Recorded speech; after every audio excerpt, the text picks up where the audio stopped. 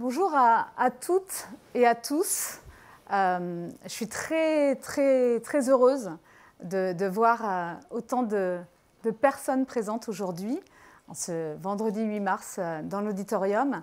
Et je sais que vous êtes très nombreuses et très nombreux aussi, partout en France, présents parmi nous pour assister à notre premier événement.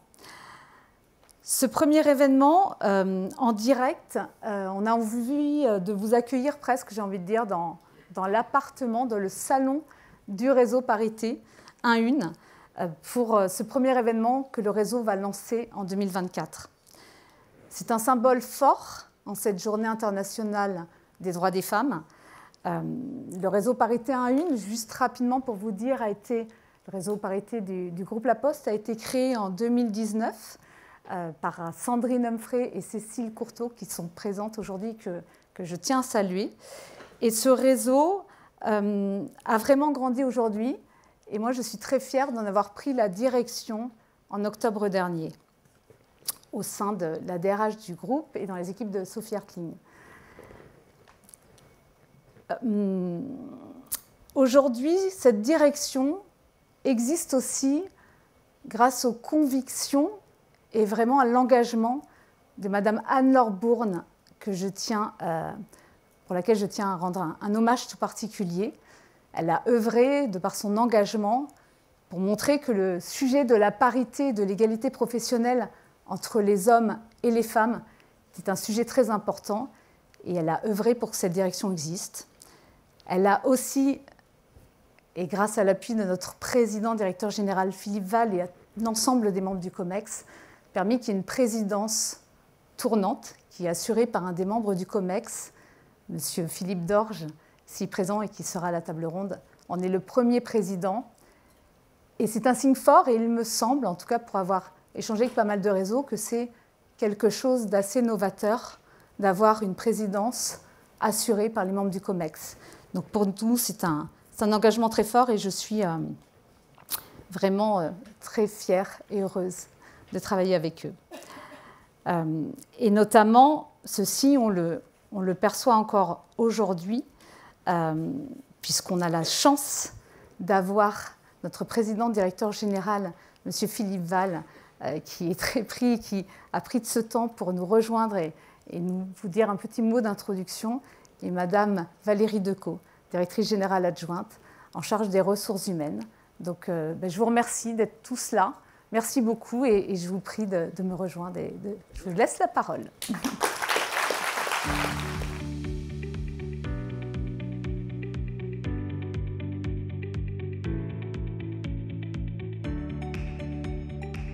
Je préfère rester debout. Très bien, bonjour à toutes et à tous, et merci Aurore de votre accueil. Merci aussi d'avoir fait référence à Anne-Laure. Elle est dans notre tête et dans nos pensées, dans notre cœur. Cette journée est évidemment essentielle. Il y a la célébration, et je crois qu'il ne faut pas renoncer à cette célébration. Elle est importante symboliquement.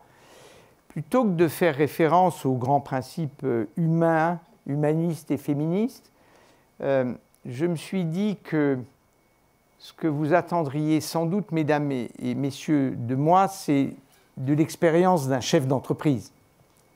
Parce que faire référence à Françoise Héritier, Léna Bellotti, etc., c'est utile, mais ce n'est pas ça que vous attendez d'un chef d'entreprise. Ce que vous attendez d'un chef d'entreprise, c'est que ce qu'il fait, ce que son groupe fait pour la cause des femmes. Nous employons 240 000 personnes dans le monde, 220 000 en France. On est le premier employeur entreprise en France. On a un impact économique qui est fort, puisque nous avons 34 milliards d'euros de chiffre d'affaires.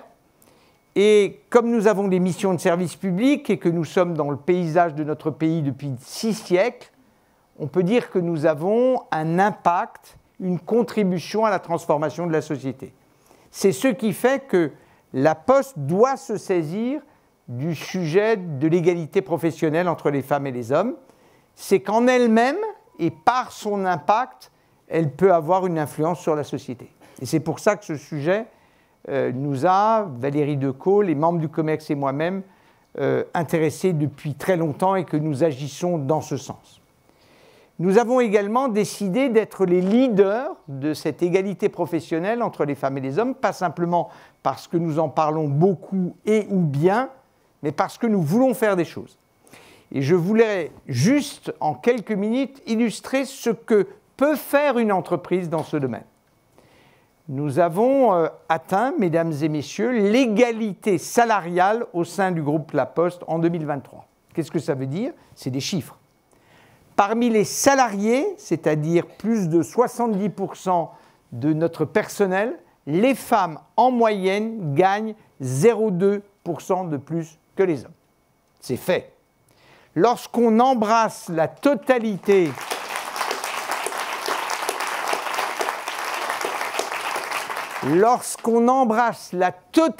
du personnel, c'est-à-dire qu'on ajoute les fonctionnaires, dont la grille de salaire est un peu moins souple, et qu'on fait la somme des deux, cette fois-ci, c'est les hommes qui gagnent encore 0,5% de plus que les femmes. Donc, pour moi, un coup les hommes, un coup les femmes, on est à la parité. Et je voudrais vous dire que c'est tout sauf un hasard. Et c'est finalement ça que je peux donner comme extrait sec de ce que fait notre entreprise. C'est une volonté stratégique de notre part.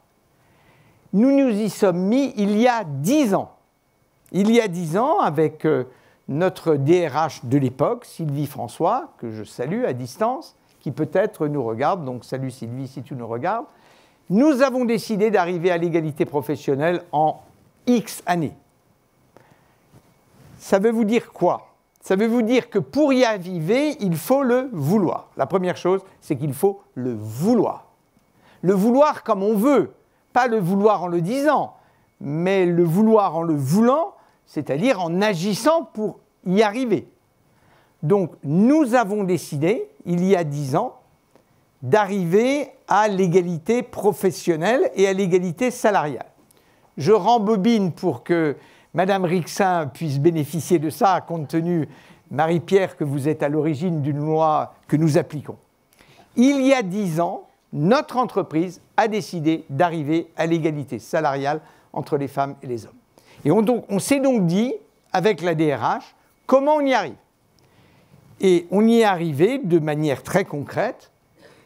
Et 2023 est évidemment un très grand succès parce que le fait qu'en moyenne, chez nos salariés, les femmes gagnent 0,2% de plus que les hommes, c'est un symbole pour la société tout entière.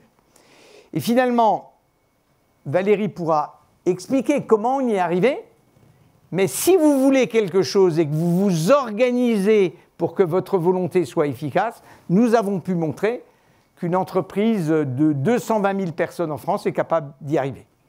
Et si donc une entreprise de 220 000 personnes y arrive, je ne vois pas quelle grande ou moyenne entreprise peut ne pas y arriver. Pour les petites, c'est plus difficile, vraiment. Parce que quand on est 7, quand on est dans un secteur particulier, ça peut être plus compliqué. Mais au-dessus de 1000, avec la loi des grands nombres, c'est de la statistique, normalement on doit arriver à l'égalité salariale, si on le veut, et ce que nous prouvons, c'est qu'on y est arrivé, puisque nous l'avons voulu. Et ça, j'en suis extrêmement fier, pour notre groupe, d'abord, pour les femmes, pour les hommes, pour la Poste, et devant vous, Marie-Pierre Rixain, députée de la République, nous sommes fiers d'être arrivés à l'égalité salariale. Et maintenant, mesdames, vous pouvez, que vous soyez postière ou non, recommander la Poste en disant « mais à la Poste, ils sont arrivés à l'égalité salariale entre les femmes et les hommes ». J'invite donc les grandes entreprises que je ne veux pas citer, qui sont en pointe sur la cause des femmes, soit parce qu'elles vendent des produits aux femmes, soit parce que c'est une conviction pour elles, nous y sommes arrivés. Et donc, si nous y sommes arrivés, vous pouvez également y arriver. Et pour terminer dans cette introduction, c'est vous décrire ce que c'est qu'une entreprise engagée.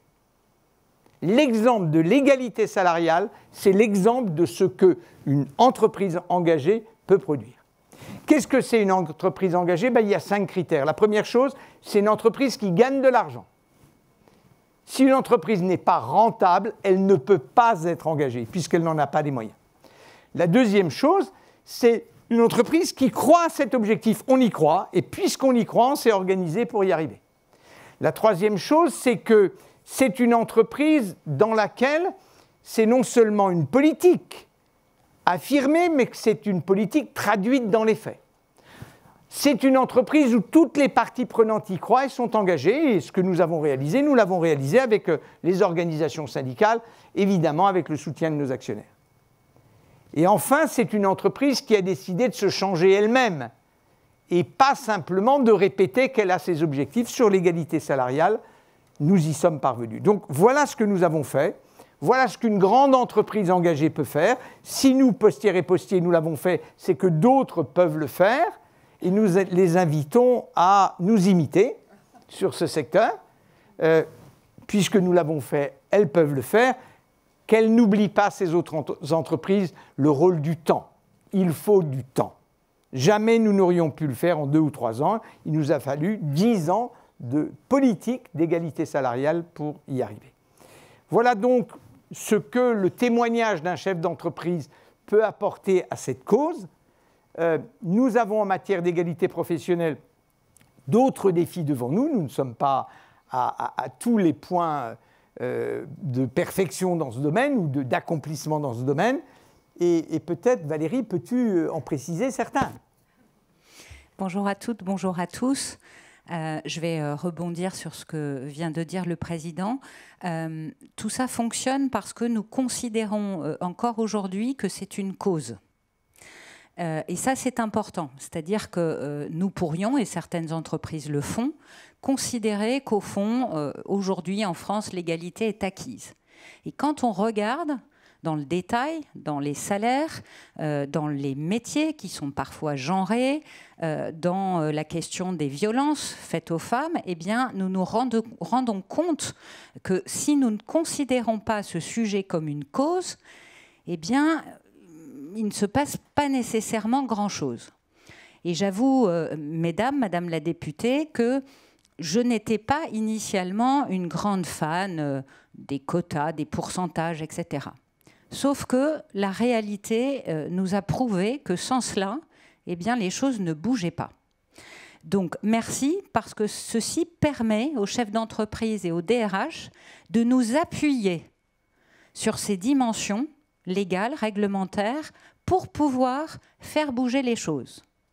Et ça, c'est une aide extrêmement puissante. C'est un levier pour nous. Parce qu'au-delà, bien sûr, de la fonction RH, et quand on a la chance d'avoir un président qui est motivé sur le sujet, malgré cela, un petit peu quand même. Pas trop. Mais il faut convaincre le management et il faut que ça se mette en place. Donc vraiment, ce sont des dispositions qui sont importantes et utiles pour les entreprises. Donc ce qu'on a fait, je vais lister quelques exemples. Eh bien sûr, nous avons travaillé sur l'égalité salariale. Ça veut dire que de façon concrète, nous conservons un quantum en fait, d'argent au moment des négociations annuelles obligatoires pour rééquilibrer quand il en est besoin sur des postes de même nature, remonter le salaire des femmes quand il y a besoin. Nous travaillons sur les métiers genrés, parce que encore aujourd'hui, et c'est un de nos points de progrès, sur quelques métiers qui rémunèrent mieux, parce que ça c'est un effet de marché, nous avons besoin de faire rentrer plus de femmes, et notamment je pense à tous les métiers de l'IT, c'est encore aujourd'hui un vrai sujet.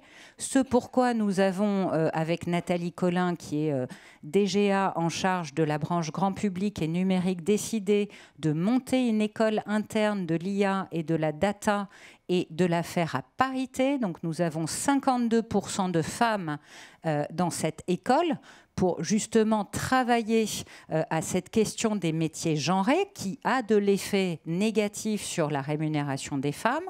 Nous travaillons parce que nous avons effectivement un rôle sociétal extrêmement important sur tout ce qui est les violences faites aux femmes, y compris vis-à-vis de nos clientes. Nous avons signé une convention importante avec une grande association sur le sujet.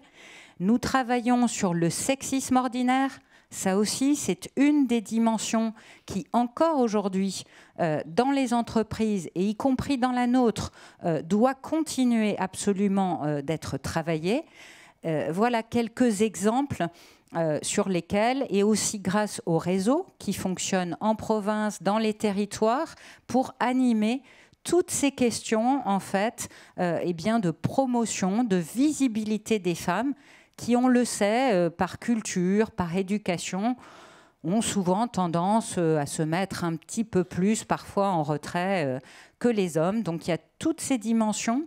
Et ce que je voudrais dire aussi, c'est que je crois que l'entreprise a un impact sur la société. Alors évidemment, c'est le cas à la Poste. Et de ce point de vue, la Poste est exemplaire en la matière. Il y a une volonté, alors c'est le produit d'un travail concret des équipes. Ça ne se fait pas tout seul. C'est pas parce qu'on est la Poste que c'est plus facile. Pas du tout. On met beaucoup d'énergie, on contrôle, on surveille. Dans les recrutements, on a écrit à tous nos cabinets de recrutement pour leur demander de nous envoyer des candidats à parité. Donc c'est vraiment un travail de tous les instants. Et ce qu'on souhaite, c'est qu'au-delà de la Poste puisse rayonner sur ce sujet et bien sur l'ensemble de la société. Donc vous voyez, nous avons une ambition extrêmement forte, et puis celle d'améliorer encore nos index égalité, et puis bien sûr nos pourcentages de Loire X1, madame, pour être meilleurs chaque année en la matière. Merci Valérie.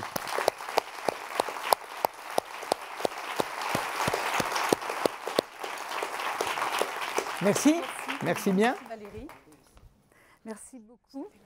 J'accueille, du coup, belle transition, j'accueille avec plaisir Madame la députée Rixain à me rejoindre.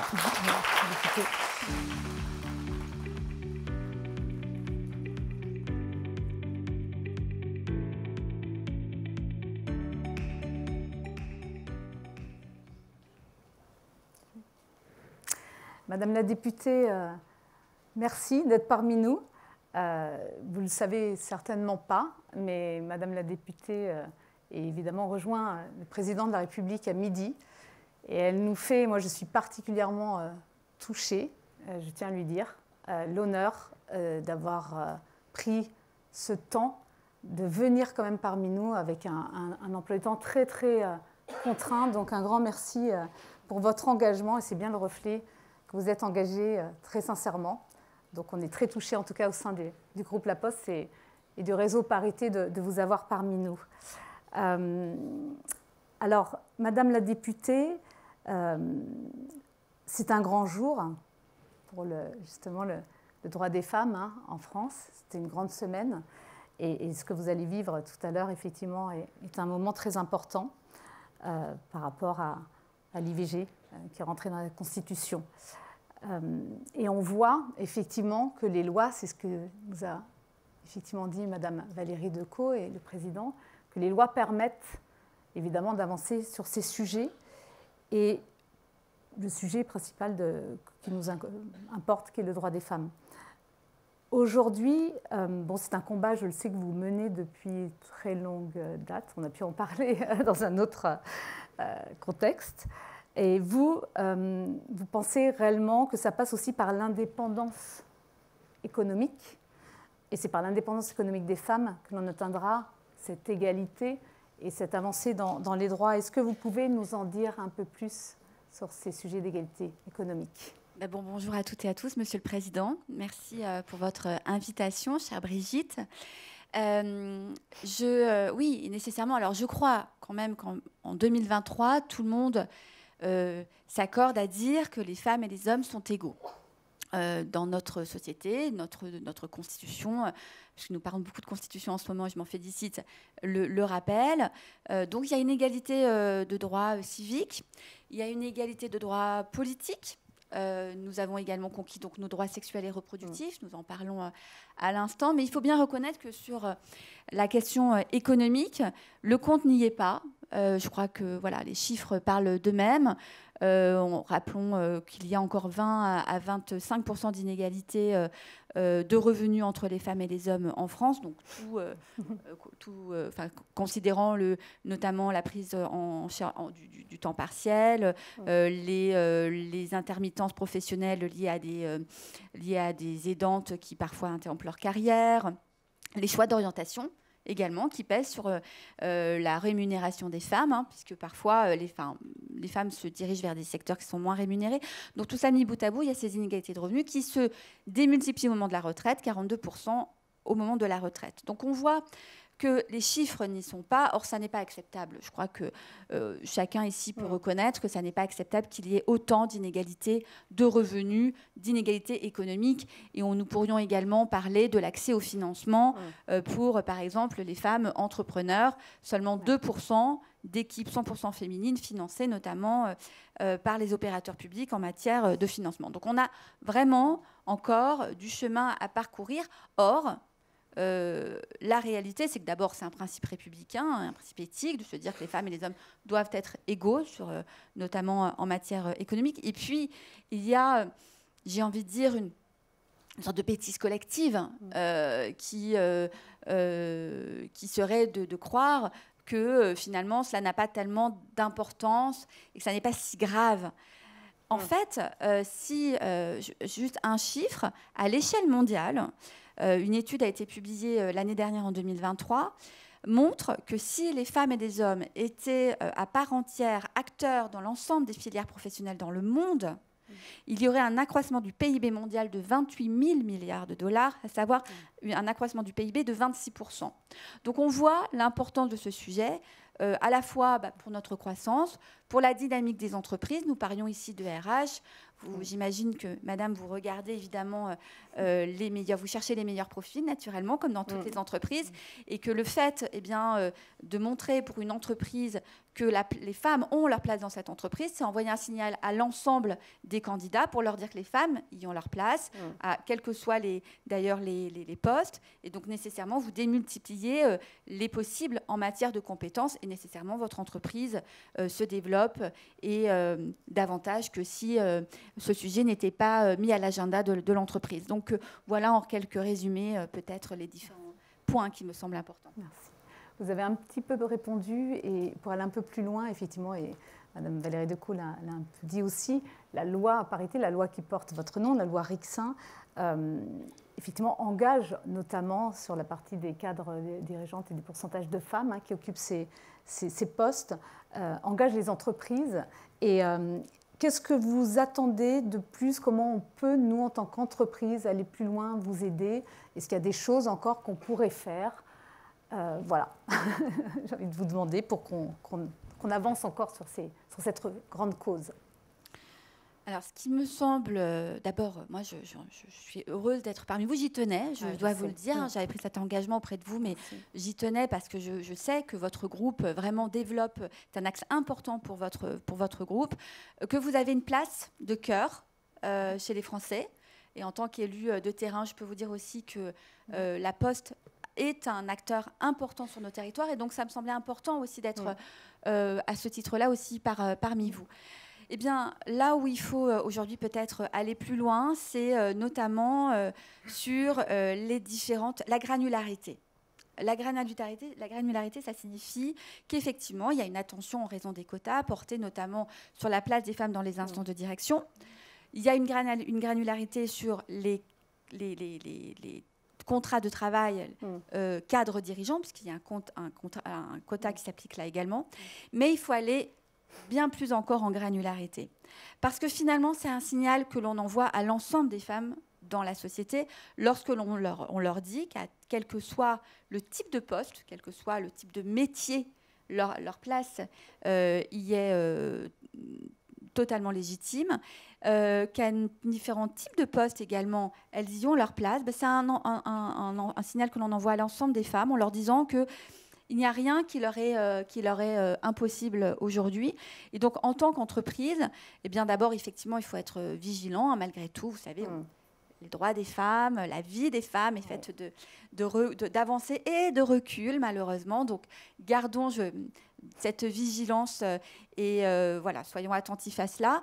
Et puis, c'est un sujet, si je pouvais conclure peut-être par celui-ci, c'est de dire que je sais que le groupe La Poste est engagé sur ce sujet, mais effectivement, le sujet des violences est un sujet qui doit engager la société dans son ensemble. Les pouvoirs publics, évidemment, sont engagés au premier titre. Mais les entreprises ont évidemment un rôle important à jouer, notamment non pas en tant qu'acteurs de premier plan, mais d'identification,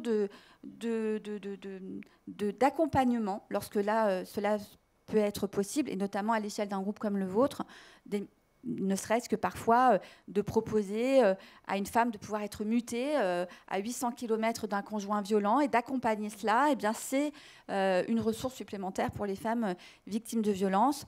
Et ça me semble effectivement être un point important pour vous. Et alors j'ai envie de rebondir justement, c'est un peu cette dualité, je dirais, quelque part. On voit un peu ça d'ailleurs au niveau de la société. Et je vais aller un petit peu vite parce que je vois qu'on est pris par le temps. Je ne veux pas vous prendre trop longtemps et vous avez un peu répondu. On voit effectivement qu'il y a la loi inconstitutionnelle, voilà, c'est inscrit donc l'IVG dans la loi. Et en même temps, il y a le rapport sur l'état du sexisme en France en 2023 qui a montré du Haut Conseil entre l'égalité Brigitte Grésy connaît bien, entre les femmes et les hommes, et qui a montré qu'il y avait des manifestations de plus en plus violentes de sexisme et que ça s'aggrave. Qu'est-ce que vous pensez qu'il nous reste à faire pour... je ne sais pas si la question pour permettre et jouer un peu sur tous les niveaux. C'est-à-dire il y a la loi, il y a ce que les gens vivent. On entend beaucoup de choses aussi avec les reflets de la société sur les TikTok et les choses comme ça auprès des jeunes. Voilà. Où est-ce qu'on en est aujourd'hui pour vous? Alors d'abord, je pense qu'il faut s'interroger soi-même, y compris en tant que femme, en tant qu'homme, en tant qu'individu, sur son rapport au sujet. Je pense qu'il n'y ait pas de tabou.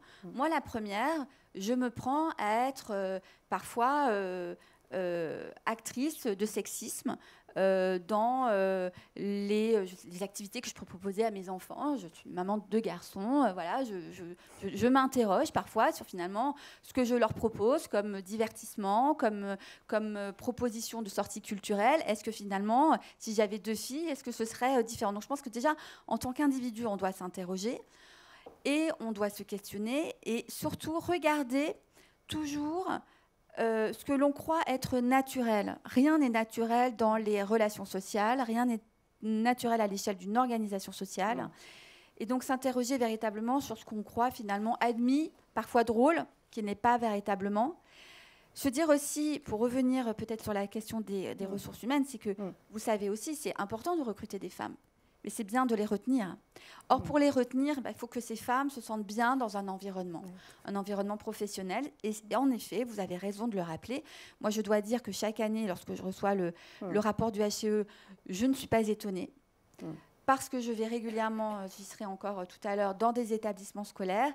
Et je dois vous dire que ce que l'on entend dans des classes de collège, de lycée, et quels que soient d'ailleurs les endroits du territoire où nous pouvons aller, c'est assez déroutant, à la fois sur les stéréotypes, sur les rapports, la violence que peuvent subir les jeunes filles aujourd'hui dans des collèges et des lycées où moi j'allais quand j'étais étudiante. J'étais collégienne et lycéenne, je vais dans le collège ou le lycée où moi-même j'étais collégienne, donc je vois bien quand même l'évolution de la société.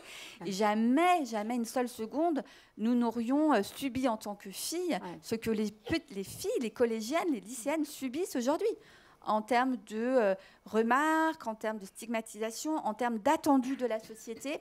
Et donc, en effet, c'est assez déroutant parce que...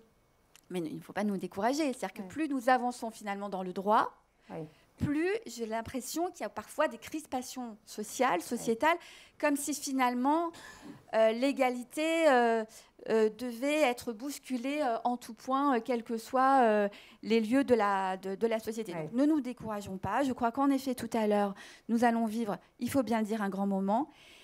Et si vous me permettez cette remarque personnelle, et je crois que c'est pour vous dire voilà, ce que l'on peut ressentir aussi lorsqu'on travaille sur l'égalité femmes-hommes, les droits des femmes. Donc nous avions proposé nous-mêmes effectivement des amendements dès 2018. Voilà, le contexte n'était pas le même. Le texte a évolué. Et donc lundi, nous sommes allés à Versailles pour modifier la Constitution, comme le dit mon petit garçon de 13 ans. Et ce qui m'a le plus émue, je dois vous dire, c'est le fait de voir tous ces bus devant l'Assemblée nationale. Vous savez, nous sommes tous allés en bus, escortés, etc. De voir ces policiers qui nous traçaient un chemin, de voir sur tout le long du parcours des policiers qui étaient présents et qui nous déroulait un tapis rouge pour pouvoir aller intégrer l'avortement dans la Constitution. Pardon, bien sûr. Mais je crois que de toute la journée entière, c'est ce qui m'a le plus ému. Que la République déroule aux femmes, aux droits des femmes, cette journée. C'était un cadeau, vraiment, c'était un cadeau fait à toutes les femmes. Je crois que c'est parce que voilà, pour la première fois, il y a un droit qui, évidemment, intrinsèquement n'est dévolu qu'aux femmes, qui rentre dans la Constitution. En effet, c'est un texte qu'il faut modifier avec une main tremblante, on le mesure.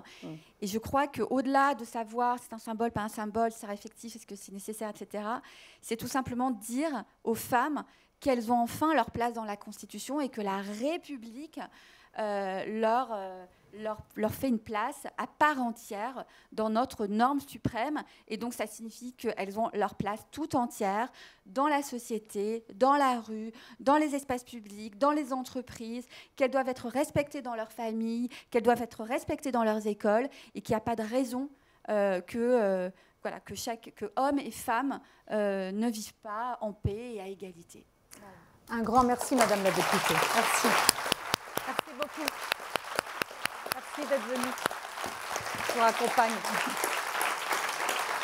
Merci beaucoup.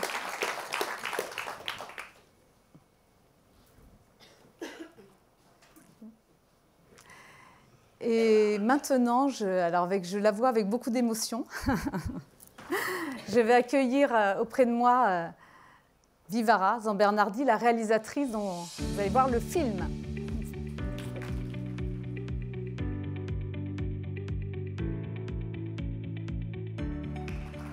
Bonjour à toutes et à tous. C'est très émouvant pour moi. Je travaille sur ce film depuis 5 ans. Ce sont des histoires de femmes, des entretiens, 14 femmes. Ce film s'est construit au fur et à mesure de ces discussions et de ces entretiens que j'ai eus avec elles, des résonances que ça provoquait en moi et en chacune de nous et bien au-delà.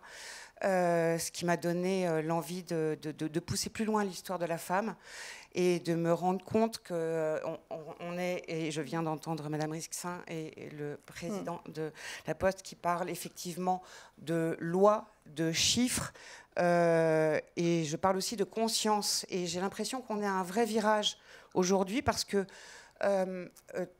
tout est rallié aujourd'hui. Les consciences, les lois, les chiffres, qui sont importants pour qu'on puisse vraiment aboutir à une vraie libération de la vie des femmes, et qui est au-delà de la vie des femmes, c'est d'humanisme dont on parle en fait. Je vous présente en fait une partie de mon film grâce à Aurore qui a eu le regard sur mon travail et qui a voulu qu'on le présente aujourd'hui. Je suis assez émue parce qu'en fait, c'est qu'une partie de mon film qui était encore en cours de travail quand on s'est parlé pour la première fois il y a quelques mois. C'est vrai. Et c'est une partie de mon travail qui a été un peu, travaillée pour cette projection, pour ce jour. Et aujourd'hui, j'ai aussi l'émotion d'avoir mon film qui est donc un long métrage et qui est en train de se finir et que je récupère ce soir, et tout se passe le 8 mars 2024. Voilà. Et merci. Presque 2 minutes. Merci Vivara, et c'est vrai que je tenais juste, on va voir ce film, elle a fait un travail extraordinaire. Elle m'a fait confiance dans ce pari un peu fou.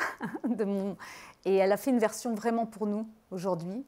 Et c'est très précieux. Donc voilà, je vous invite sans plus attendre à assister à cette projection. Et on se retrouve tout à l'heure. D'ailleurs, j'ai un mini mot à faire avant, puisque la finition du film a eu lieu aujourd'hui.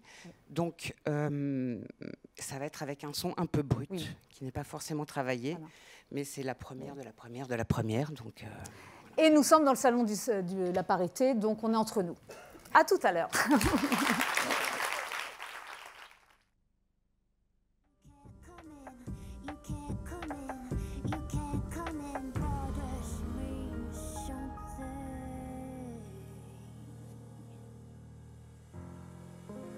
Une femme, c'est celle qui donne la vie, celle qui donne le côté tendre,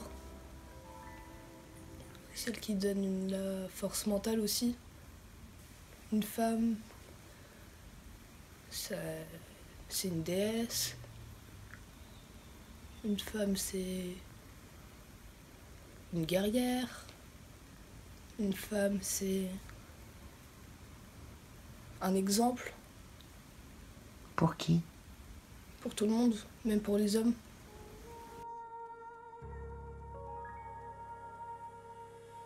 Je sais pas à quel point les hommes ont eu peur du pouvoir des femmes, justement. Et donc on a été quand même conditionnés depuis 5000 ans pour être vraiment au service, pour être soumise. Et moi, je suis la première à avoir été très très soumise. Et donc je découvre tout doucement ce que c'est. Je ne peux pas en parler encore complètement, mais je pense qu'il y a beaucoup plus de puissance et de force et de choses à faire. Vraiment la porteuse de la vision, je crois.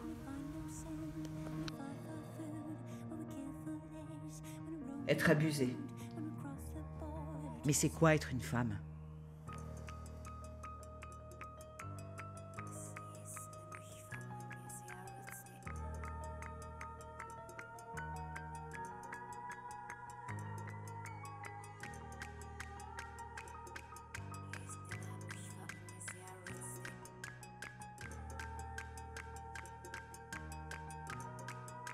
Je veux me lever, je veux crier, la bouche ouverte, les yeux fermés, les poings serrés.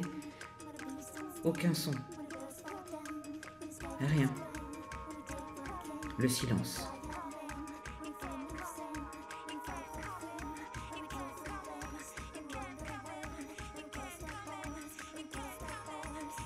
La seule chose que je sais, c'est que je ris trop fort.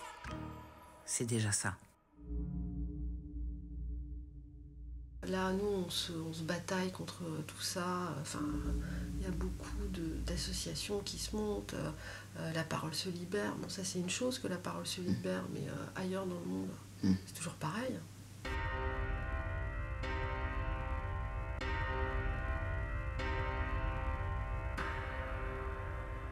Il faut en parler des violences faites aux femmes et en fait j'ai commencé à me renseigner, à plonger là-dedans et à découvrir que tout ça a été des conséquences d'une société patriarcale. J'ai réalisé qu'en fait ça faisait des années que j'étais misogyne, tu vois, que j'avais toujours cru que j'étais un garçon manqué, que les filles...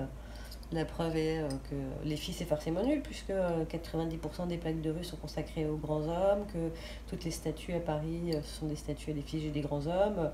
Les femmes, elles sont juste là pour faire joli, à poil comme des nymphes. Qui change le monde? Les hommes.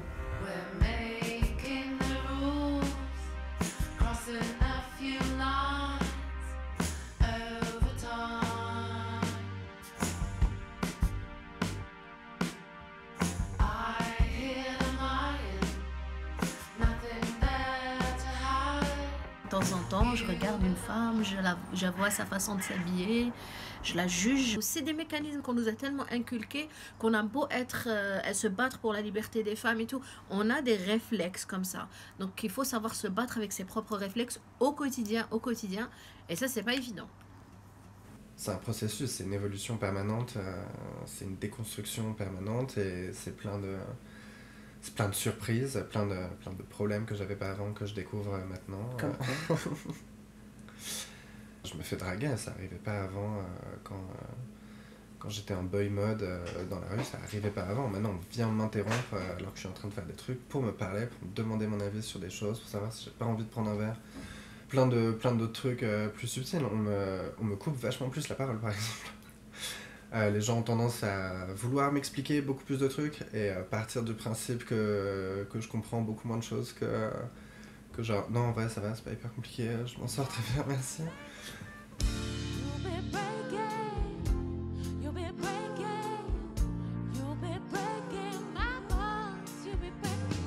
Il faut d'abord changer de langage pour changer de la pensée, des droits de l'homme. Oui, alors c'est l'homme avec un grand H au sens large du terme, etc. Ok, d'accord, ça c'est du blabla. Mais pourquoi les droits de l'homme? Les droits humains, dans ce cas-là, on reformule.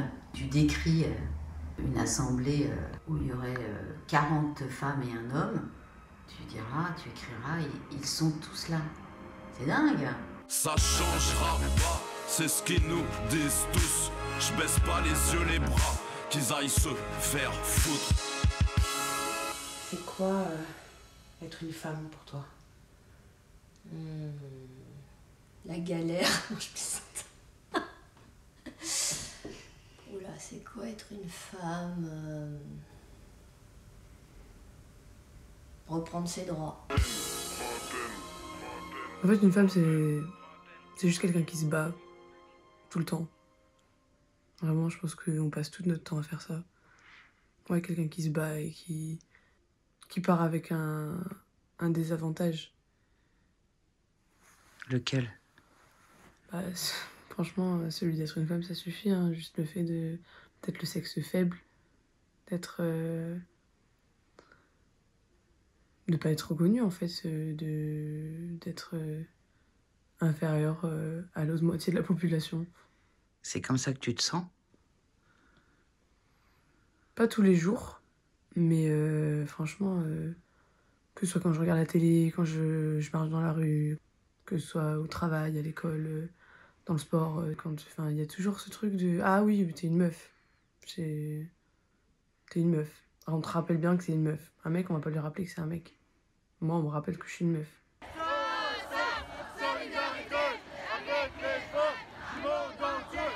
toute façon, c'est par la loi qu'on y arrive et c'est par des changements comme ça. C'est comme la parité où on disait ben non, la parité, il faut que ce soit une histoire de compétence et il n'y a pas de raison de mettre une femme. Bah, si.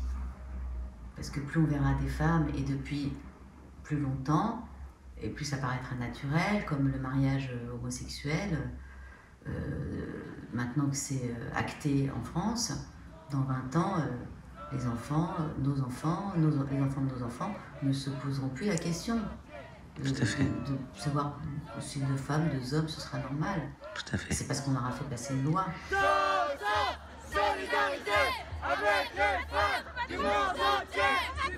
Je pense que malheureusement, là, en regardant la situation politique dans le monde, il y a clairement quelque chose qui va péter à un moment ou à un autre. Et je pense que ce sera une bonne occasion pour remettre les femmes à leur bonne place dans la société et pouvoir se débarrasser un peu des centaines d'années de misogynie systémique qu'on se fait imposer et qui continue tous les jours, quoi, et qui nuisent à tout le monde.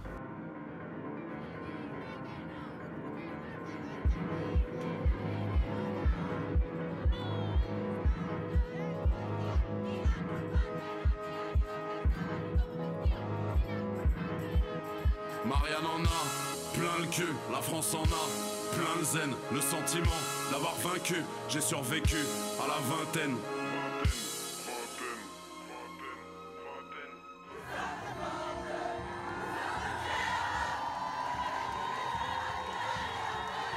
C'est vrai qu'il y a peu d'histoire sur le mouvement des femmes, mais qu'en tout cas, c'est quelque chose qu'on n'apprend pas du tout à l'école. Il y a la lutte pour le... On l'apprend qu'en une phrase en disant qu'elles étaient ridicules. Regardez, c'est pas ridicule, je trouve que c'est magnifique. C'est excité, hystérique. Comme si leur discours n'avait pas de sens, comme si elles n'étaient entendues à l'époque par personne. Elles étaient des milliers à défiler dans les rues et elles se sont battues d'une façon... Enfin, nous paraissons très timides à côté de tout ce qu'elles ont fait. Elles ont été mises en prison, elles ont fait la grève de la faim, on les a gavées de force. Enfin, c'était des luttes très violentes et tragiques. Il y en a qui sont mortes dans ces luttes. Je trouve que c'est important de savoir que nous avons ça dans notre passé. Beaucoup de femmes ignorent qu'elles ont une histoire. N'oubliez jamais qu'il suffira d'une crise politique, économique ou religieuse pour que les droits des femmes soient remis en question. Ces droits ne sont jamais acquis. Vous devez rester vigilante votre vie durant.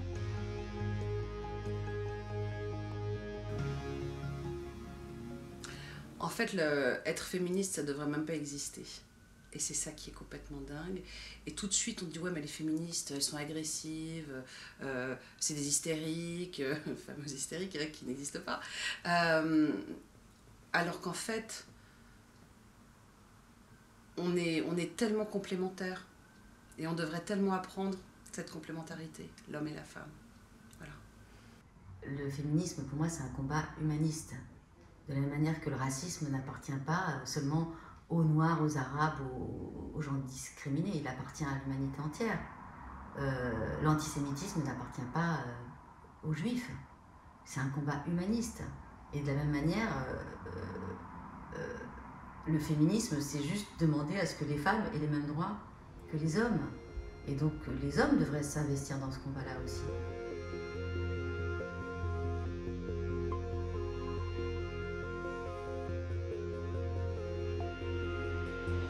La question, elle se pose plus, en fait.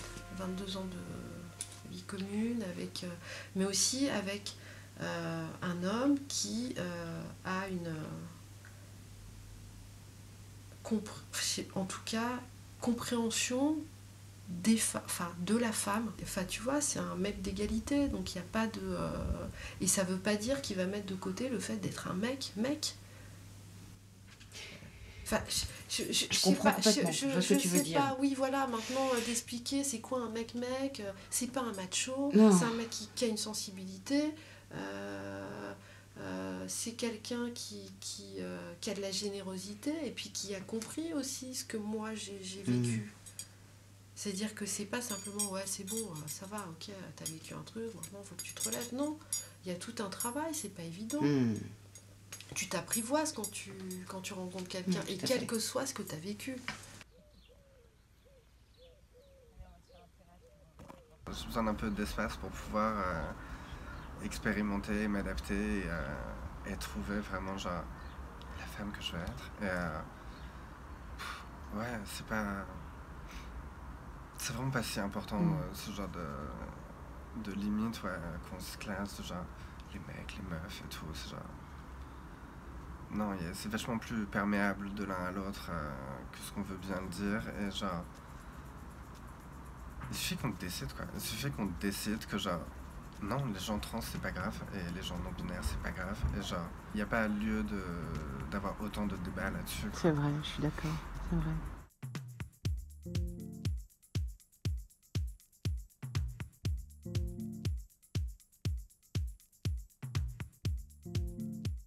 Le masculin a comme valeur la compétition, le féminin a comme valeur la collaboration. Donc si on allait un peu plus sur des valeurs féminines, si on les équilibre un peu plus, ça ne veut pas dire qu'il faut jeter toutes les valeurs masculines. Et voilà, encore une fois, je pense que tout est équilibre et c'est ça qu'on doit retrouver. Et que tout le monde doit un petit peu revaloriser son féminin, les hommes comme les femmes, la société, l'économie, tout. Voilà. Et ça concerne tout le monde. Et je pense que les femmes ne sont pas moins coupables aussi, et pas moins responsables. Voilà, on va pas parler de culpabilité, elles sont déjà suffisamment culpabilisées, mais en tout cas, elles ont aussi leur part de responsabilité. En effet, les femmes, elles sont les premières victimes, mais il y a aussi des garçons qui ont vécu des trucs terribles et qui ont du mal à se relever et qui deviennent totalement handicapés vis-à-vis des nanas, vis-à-vis de la société, vis-à-vis de plein de choses.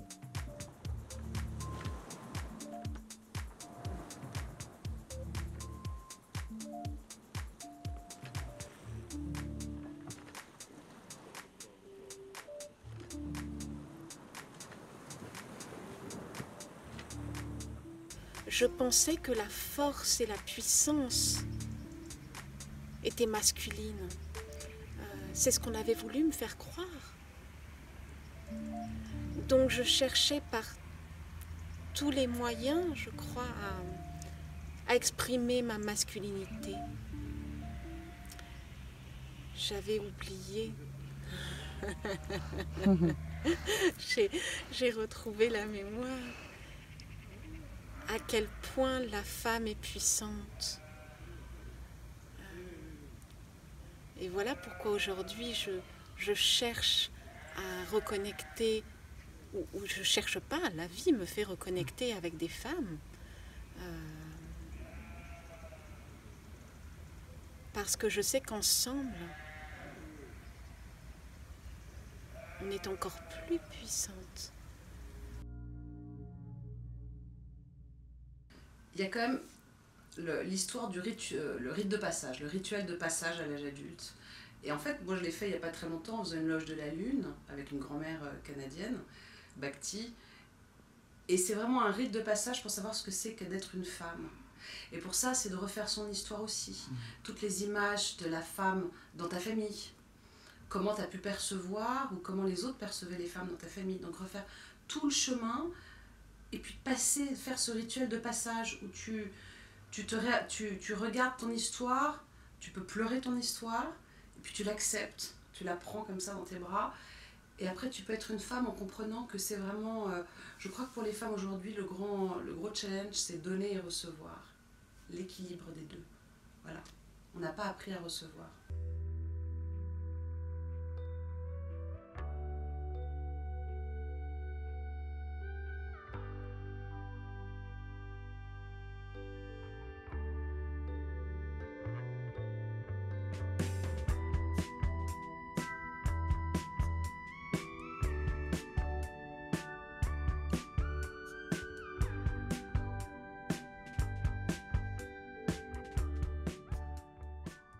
Vous savez, c'est à la forêt que nous avons parlé, nous les femmes, les premières, que nous avons adressé une parole libre, une parole inventée. Tout ce que je vous disais de Michelet, là, que les femmes ont commencé à parler aux animaux et aux plantes, c'est une parole à elles qu'elles n'avaient pas apprise, celle-là. C'est parce que c'était une parole libre qu'elle a été punie. C'est que du fait de cette parole, la femme se désistait de ses devoirs vis-à-vis de l'homme. C'est la voie de la liberté. Mais il est normal qu'elle fasse peur. Et on les a appelées des sorcières. Et on les a brûlées. On a brûlé les femmes jusqu'au XVIIe siècle. 3 millions de sorcières brûlées, tuées, je crois que c'est ça le chiffre, ouais. Mais bien sûr, c'est la peur aussi, parce qu'en fait, c'était juste des connaissances. Je crois que si tu... Tout ce qu'on connaît aussi intuitivement, la guérison, les plantes...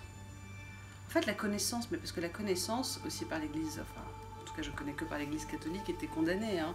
La connaissance et la nature, c'était deux choses qui étaient condamnées. Et les sorcières, c'était un petit peu les deux aussi. Les chasses aux sorcières qui ont été nécessaires, ça a permis de décrémer énormément toutes les femmes qui se revendiquaient un peu indépendantes, les femmes qui étaient médecins, qu'on traitait de sorcières puisqu'elles étaient avorteuses et tout. C'est genre... À partir de là, ça a permis de bien cimenter la place des femmes. Genre, ok, donc la première qui moufte, la première qui a une idée de faire des découvertes scientifiques, on va voir si elle flotte. Il était une fois dans une cité, pas loin de chez toi, un tout petit chat prisonnier, sous le doigt de barbares qui pensait le manger en tour embêté pour les fêtes de fin d'année. Mais c'était sans compter du sacrifié. Après s'être échappé à coups de griffes et de canines affûtées, l'animal épuisé arriva à l'orée d'un bois. Là, il rencontra une sorcière qui lui demanda: dis-moi, merveilleux petit chat, veux-tu que j'exauce un vœu de ton choix? Le félin, vaillamment acquiesça sa patte, sans crainte il lui donna à la sorcière. Claqua des doigts une formule, étrange elle prononça une poignée d'armes folles, elle brûla aussitôt. La magie opéra, abracadabra, et le chat en sorcière à son tour se changea. Elle s'y chatte dans ses bois.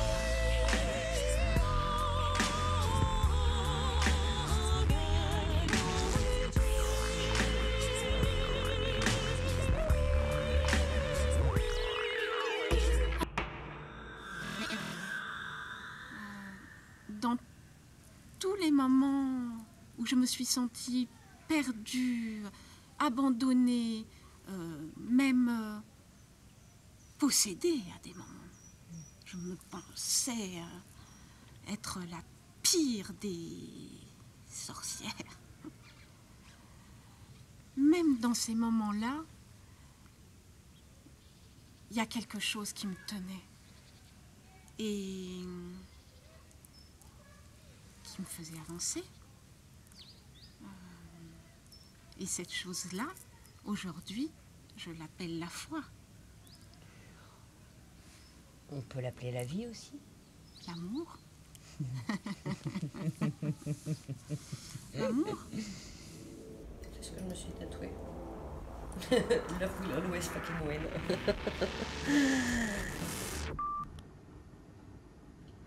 L'amour. Moi, je me sens aimée quand je ne me sens pas jugée.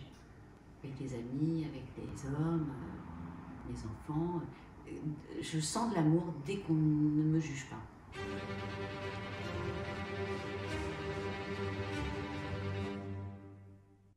C'est l'échange.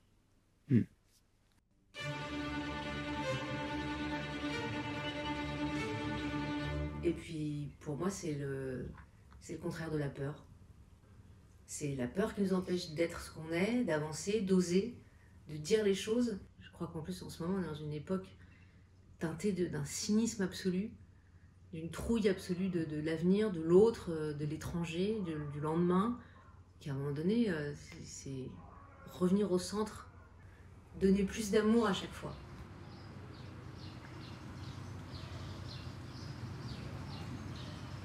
Je crois que depuis toujours, pour moi, enfin pour beaucoup de nous, c'était l'amour marchandage. Il fallait être gentil pour être aimé, il fallait faire pour être aimé, il faut être joli pour être aimé, faut faire plein de trucs pour être aimé, ce qu'on appelle l'amour marchandage.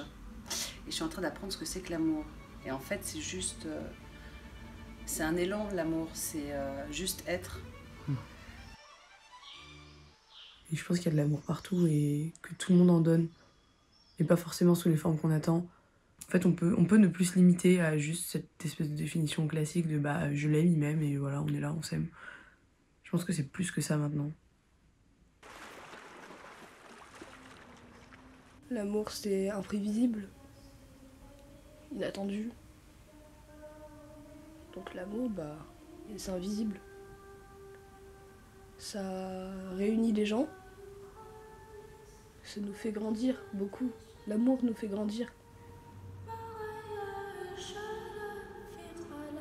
À son tour, ma fille me demande. C'est quoi l'amour pour toi? C'est profondément aimer.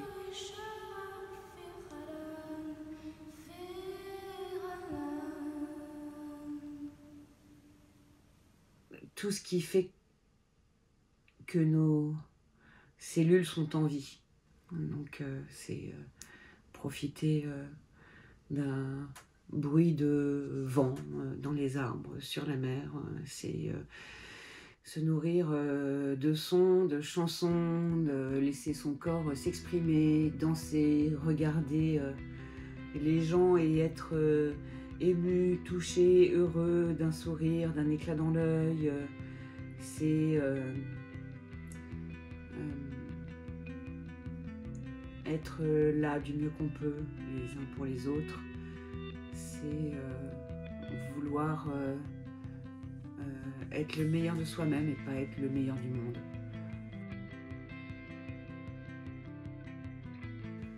C'est être ému à chaque fois que je regarde ma fille et aimer la voir grandir libre et m'être réconciliée avec la mienne demain. Voilà, c'est tout ça l'amour. Et c'est quoi l'amour pour toi? L'amour? Ah, mais ça a été le sens de ma vie, en fait. C'était une force intérieure. Parce que quand j'ai perdu Grégory, j'ai tout intériorisé, mais avec des grandes forces intérieures. Voilà, les mauvaises choses, j'ai oublié, je les éliminais. C'est pas un fonctionnement que je n'ai pas fabriqué consciemment, qui s'est fait comme ça. Je ne connaîtrai jamais vraiment l'histoire de ma famille. Mais aujourd'hui, je me connais. Moi, grâce à toutes les histoires de toutes ces femmes qui ont traversé le temps et qui font qui nous sommes aujourd'hui. Briser le silence. Alors aujourd'hui, je ris et je parle fort. Zélie, mon arrière-grand-mère. J'ai donné son prénom à ma fille, car tout ce dont je me souviens d'elle, c'est son empreinte d'amour. En chacune de nous, il y a un petit bout de toutes. L'enfermement, la maltraitance, l'autodestruction, notre propre misogynie, tous ces poids et toutes ces chaînes qui nous tiennent depuis des milliers d'années, desquelles il faut nous défaire. Transformer, utiliser cette mémoire pour faire grandir notre cœur et faire taire nos peurs.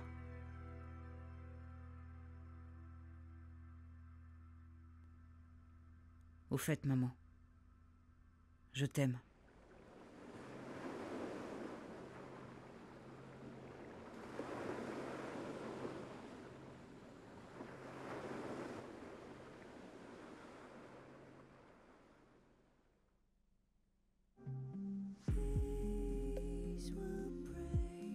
Pour toutes les femmes ici et là, pour les introvertis et les extravertis, pour les femmes qui brillent le jour et celles qui brillent la nuit, pour celles qui sont fortes et intenses, pour celles qui sont calmes et paisibles, à celles qui chantent, qui aiment, qui dansent, qui écrivent, à celles qui étudient, celles qui travaillent, celles qui créent, à celles qui pleurent, celles qui rient, celles qui écoutent et celles qui crient, à celles qui sont nos mères, nos grands-mères, nos sœurs, nos tantes, à celles qui nous tiennent, à celles qui nous portent et à celles qui nous relèvent, à celles qui sont justes, combattantes, craintives et honnêtes, à celles qui explosent et qui s'expriment, à celles qui se découvrent chaque jour un peu plus. Il n'y a aucune façon définie d'être une femme, et chaque façon est belle si c'est la tienne.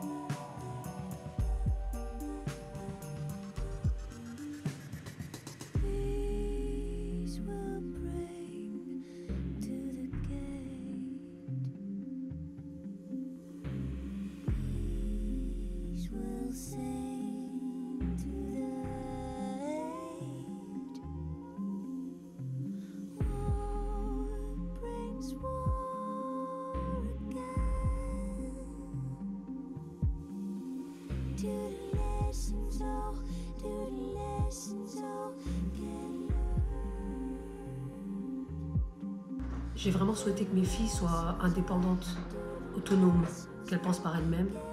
Je pense que ma mère, elle m'a vraiment transmis ce rage d'exister, cette envie en fait de parler fort, de me faire entendre, de m'imposer et de montrer que je suis là et que j'existe et que j'ai ma place en fait. Donc avec mes filles, la parole, elle est au centre de tout.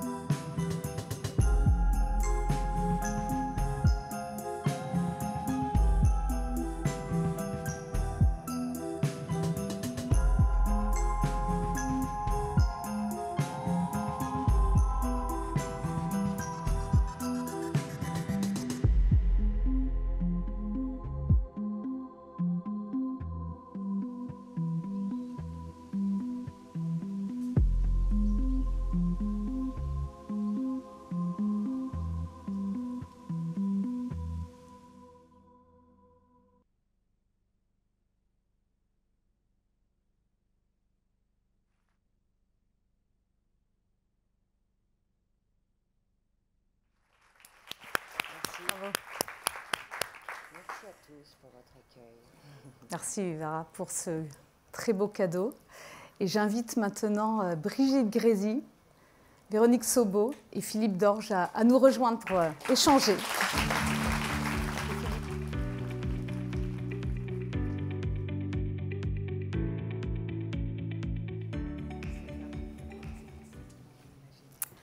Je crois qu'on est tous un peu émus. Alors, à part Vivara, dont je vois l'émotion et que je partage, parce que c'était une aventure assez incroyable. Voilà, on s'est fait confiance mutuellement parce que finalement, on a avancé ensemble. C'est vrai. Et merci pour ce cadeau et nos intervenants le découvrent. Je voulais que ce soit un peu une surprise et voilà, j'étais à côté de Brigitte et Voilà, et je la sentais aussi très émue, et Véronique aussi, et Philippe aussi. Donc je suis heureuse. C'est un peu à Paris, c'est un peu différent de ce qu'on a l'habitude en tout cas de voir dans une entreprise. Vivara, lors de la préparation de cet événement, vous pouvez prendre de l'eau et vous servira, parce que je vois que... Voilà, n'hésite pas. Lors de vos rencontres avec l'ensemble de ces femmes, il y en a parmi nous, je tiens à les applaudir, et d'ailleurs, voilà, les remercie aussi pour être présentes. Oui, effectivement, je tenais... Merci je tenais à le faire, parce que c'est vrai que elles sont toutes là. Oui, elles sont toutes là. Elles m'accompagnent depuis le début, et ce film, on ne fait pas un film seul, hein, on fait un film ensemble, et on a été ensemble depuis le début, et j'ai construit ce film aussi grâce à elles, grâce à ce qu'elles m'ont apporté comme parole, comme éveil de conscience. Et aussi voilà, à travers la musique et à travers pas mal de choses. Merci d'ailleurs de partager. Moi, je trouve que le générique est assez sublime et qu'on découvre aussi beaucoup de choses. Donc, merci aussi pour ce partage.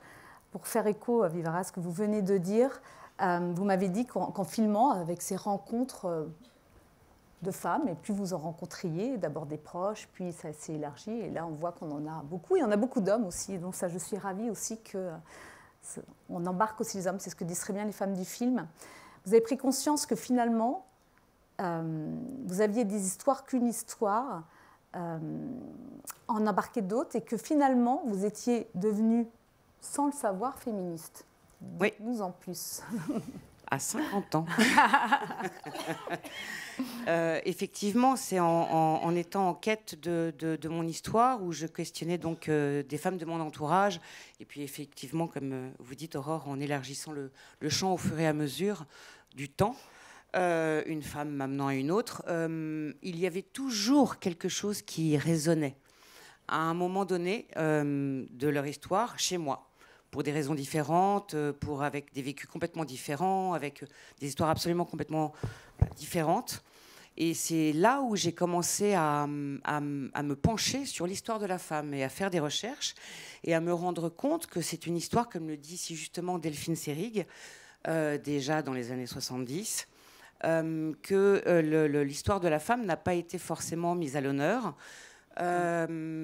Que c'est une histoire avec chaque mouvement qui ont essayé d'amener les femmes devant la tribune et pour qu'elles puissent aussi avoir des droits, puisque finalement, au bout du compte, les droits des femmes sont assez récents quand on regarde les chiffres, aussi bien pour le droit de vote que le droit à l'avortement, que pas mal d'autres choses encore. Voilà, il y a une avocate qui s'appelle Violaine de Philippis, qui travaille énormément sur le sujet, qui a sorti un livre qui s'appelle Classer sans suite, et qui précisait dans ce livre que jusqu'en 1975, un homme, un mari, avait le droit de tuer sa femme s'il la surprenait en adultère à domicile.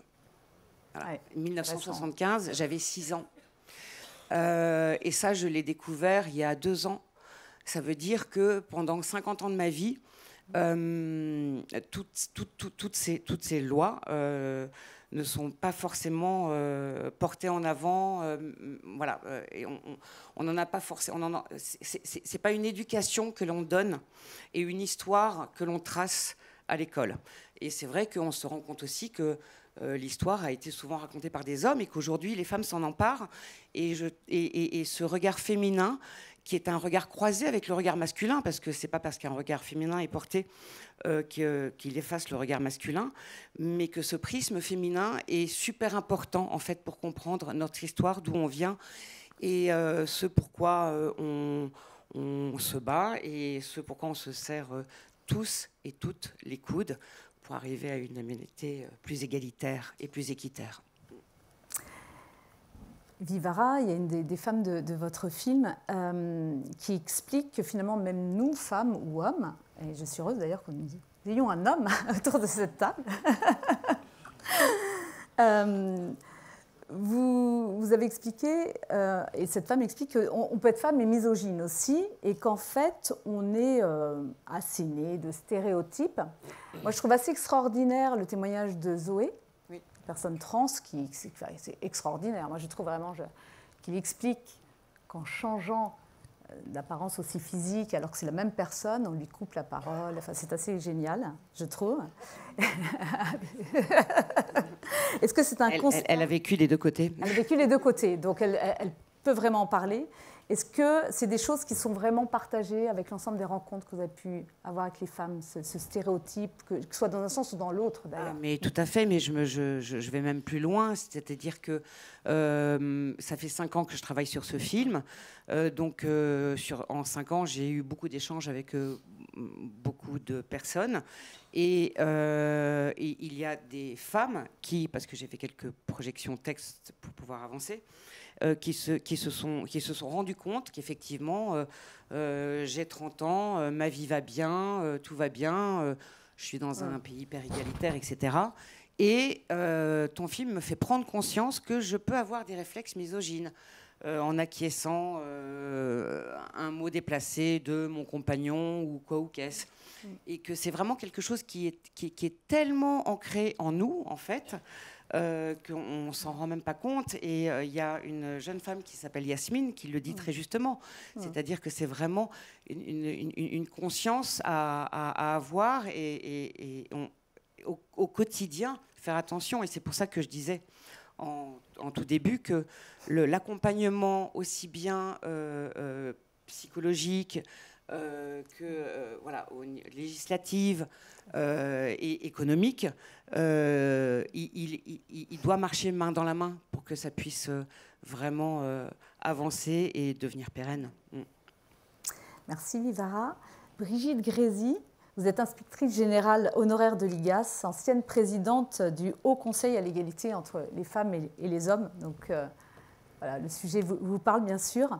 Vous êtes engagée au sujet de l'égalité à un moment particulier de votre vie, quand on a un peu préparé. Il y a quelque chose qui a été un peu déclencheur, où vous êtes engagée notamment sur ce sujet. Si vous pouvez juste nous en dire un petit mot.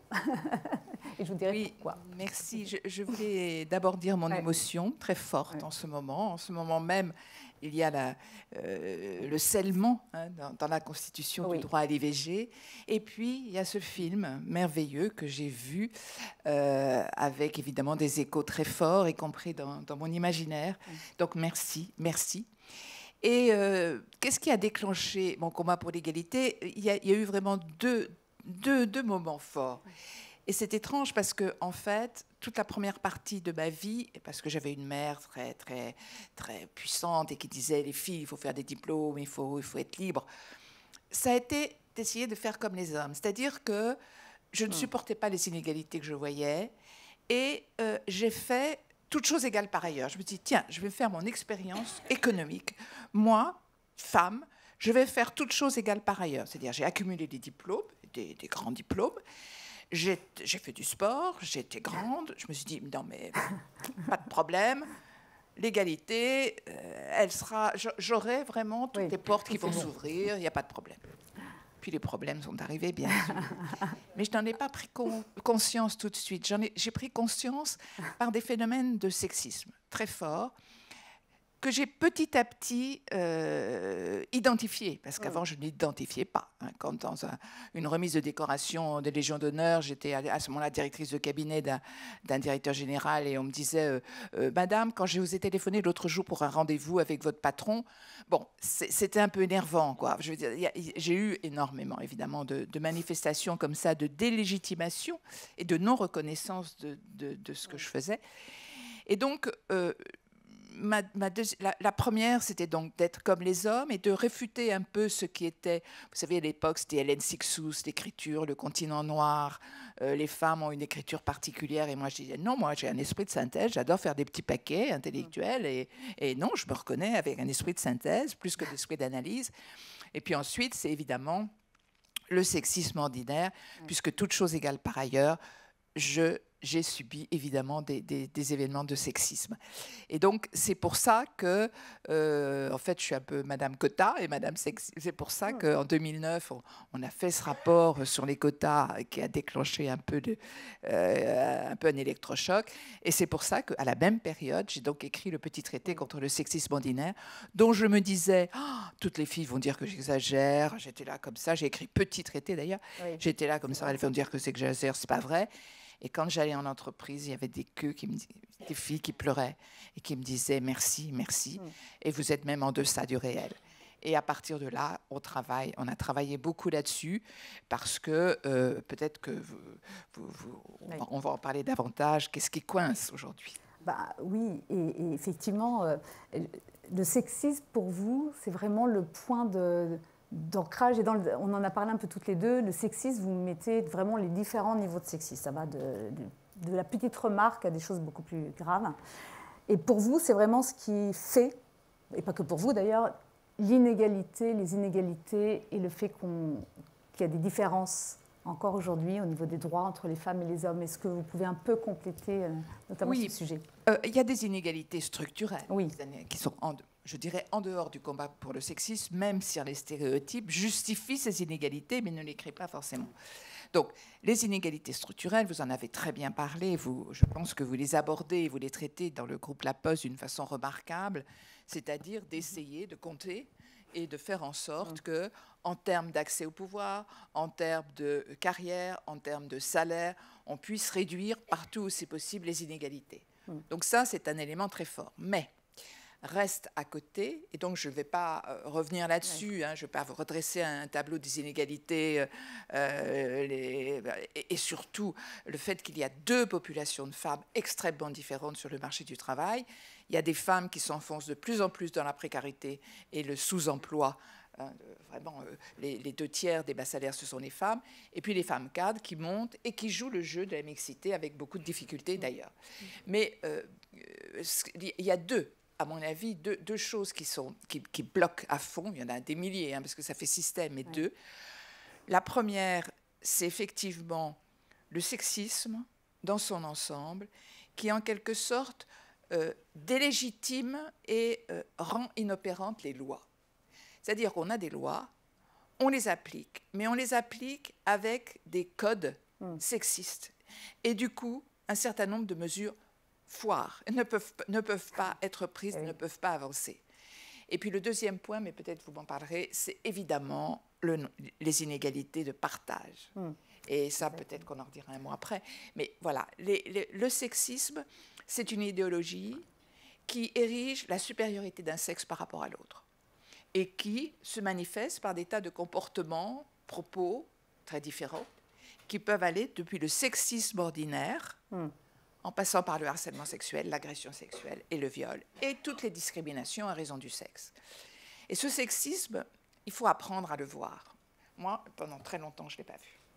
Pour apprendre à le voir, on a essayé justement de délimiter un certain nombre de manifestations de sexisme. C'est la blague sexiste, c'est les incivilités en réunion, le mansplaining, le interrupting, etc. C'est les injonctions paradoxales. Bon, tu fais comme un homme, mais tu t'habilles comme une femme. C'est tout ce qui est autour de la maternité, c'est tout le sexisme bienveillant. Tu es tellement merveilleuse avec ton empathie que tu feras un leader formidable, alors que non, c'est les exigences de gouvernance qui changent. Et à partir du moment où on me dit, toi, femme, être ceci, être cela, c'est du sexisme, puisque ça vous cloisonne dans des rôles. Donc, on essaye d'identifier cela, et on essaye surtout de dire que ça impacte très négativement, non seulement les femmes qui subissent des souffrances très fortes, la petite goutte d'eau qui tombe toujours, mais aussi l'organisation, puisque le sexisme crée un sentiment d'incompétence personnelle, sape la confiance en soi, et dans les enquêtes, 80 à 90% des femmes disent que cela avait impacté négativement leur sentiment de compétence personnelle. Donc c'est mauvais pour les organisations. Et ça, le sexisme, il est compliqué parce qu'il est à la fois inter-individuel, relationnel, d'une femme à une autre, d'un patron à sa collaboratrice, etc. Ça, il y a des méthodes, il y a des choses, mais il est surtout institutionnel. C'est-à-dire qu'il se glisse partout, dans les process RH, dans les fiches de poste, dans les process de recrutement, dans voilà, toutes les promotions. Donc, c'est ça le problème, c'est que on regarde souvent une situation à un point comme une photo. Mais en fait, il faut regarder ça comme un film. Et bon, peut-être que là, les femmes sont payées pareil, mais depuis combien de temps sont-elles dans ce poste? Oui. Les hommes sont... Mais depuis combien de temps? C'est-à-dire qu'il faut intégrer la dimension du temps, la dimension de la carrière. Et là, on se rend compte que les promotions, etc., ne suivent pas le même chemin. Donc oui, le sexisme, et je dis exprès sexisme, puisque maintenant c'est un mot qui est dans le Code du travail, qui est à 2 fois dans le Code pénal, ça désigne des comportements prohibés, interdits, qui peuvent être sanctionnés. Le sexisme ordinaire, ça peut aller du blâme jusqu'au licenciement et au prud'homme avec des dommages et intérêts. Et tout le reste, vous connaissez parfaitement les sanctions pénales.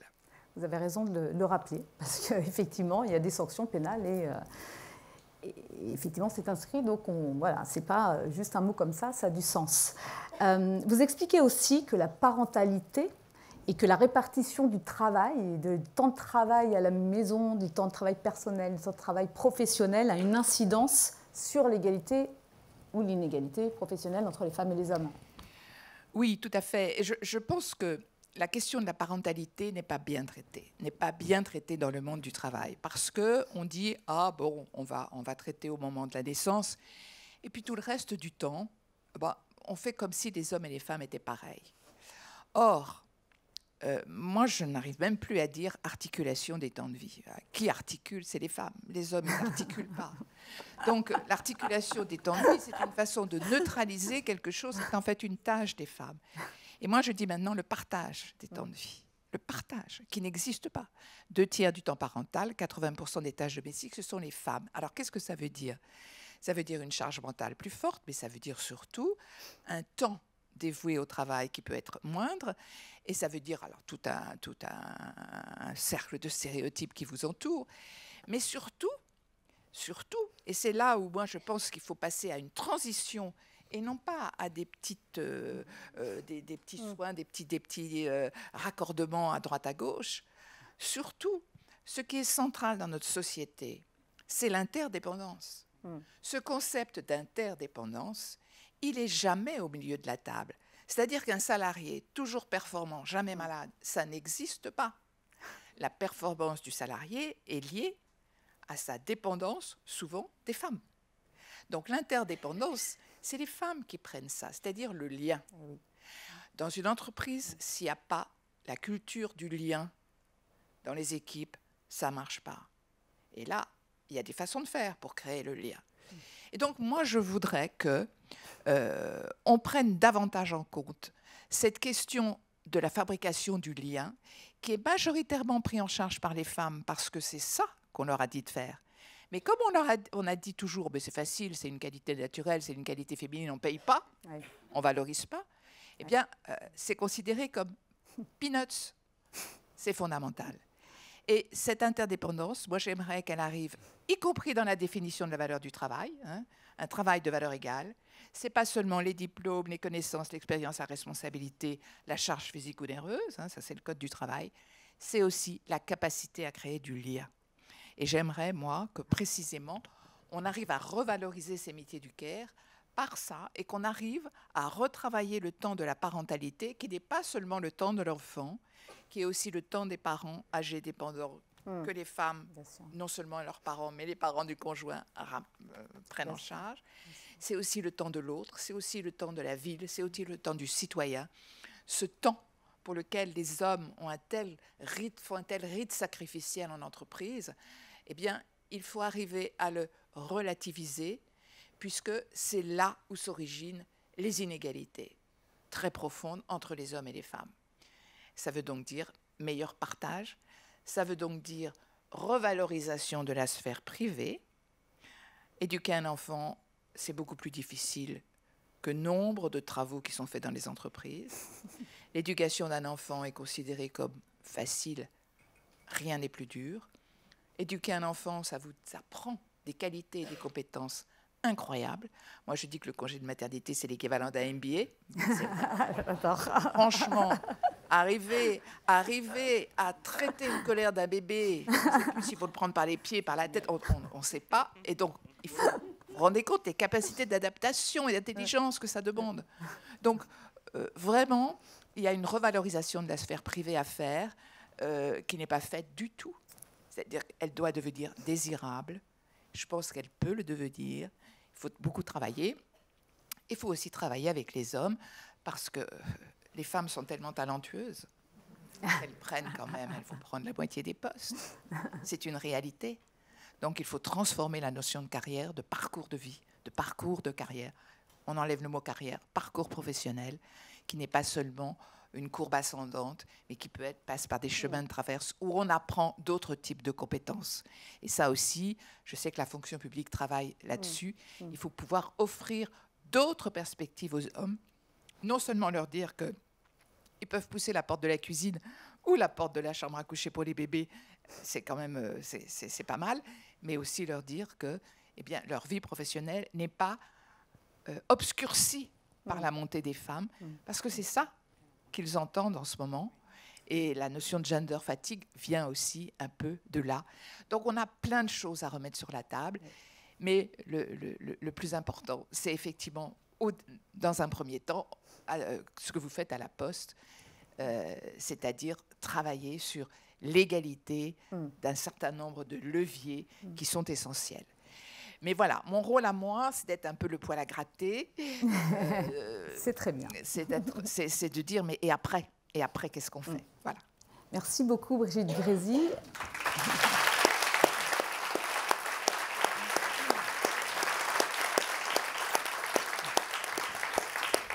Je me tourne vers vous, Véronique Sobo. Véronique Sobo, vous êtes présidente d'Equaleaders.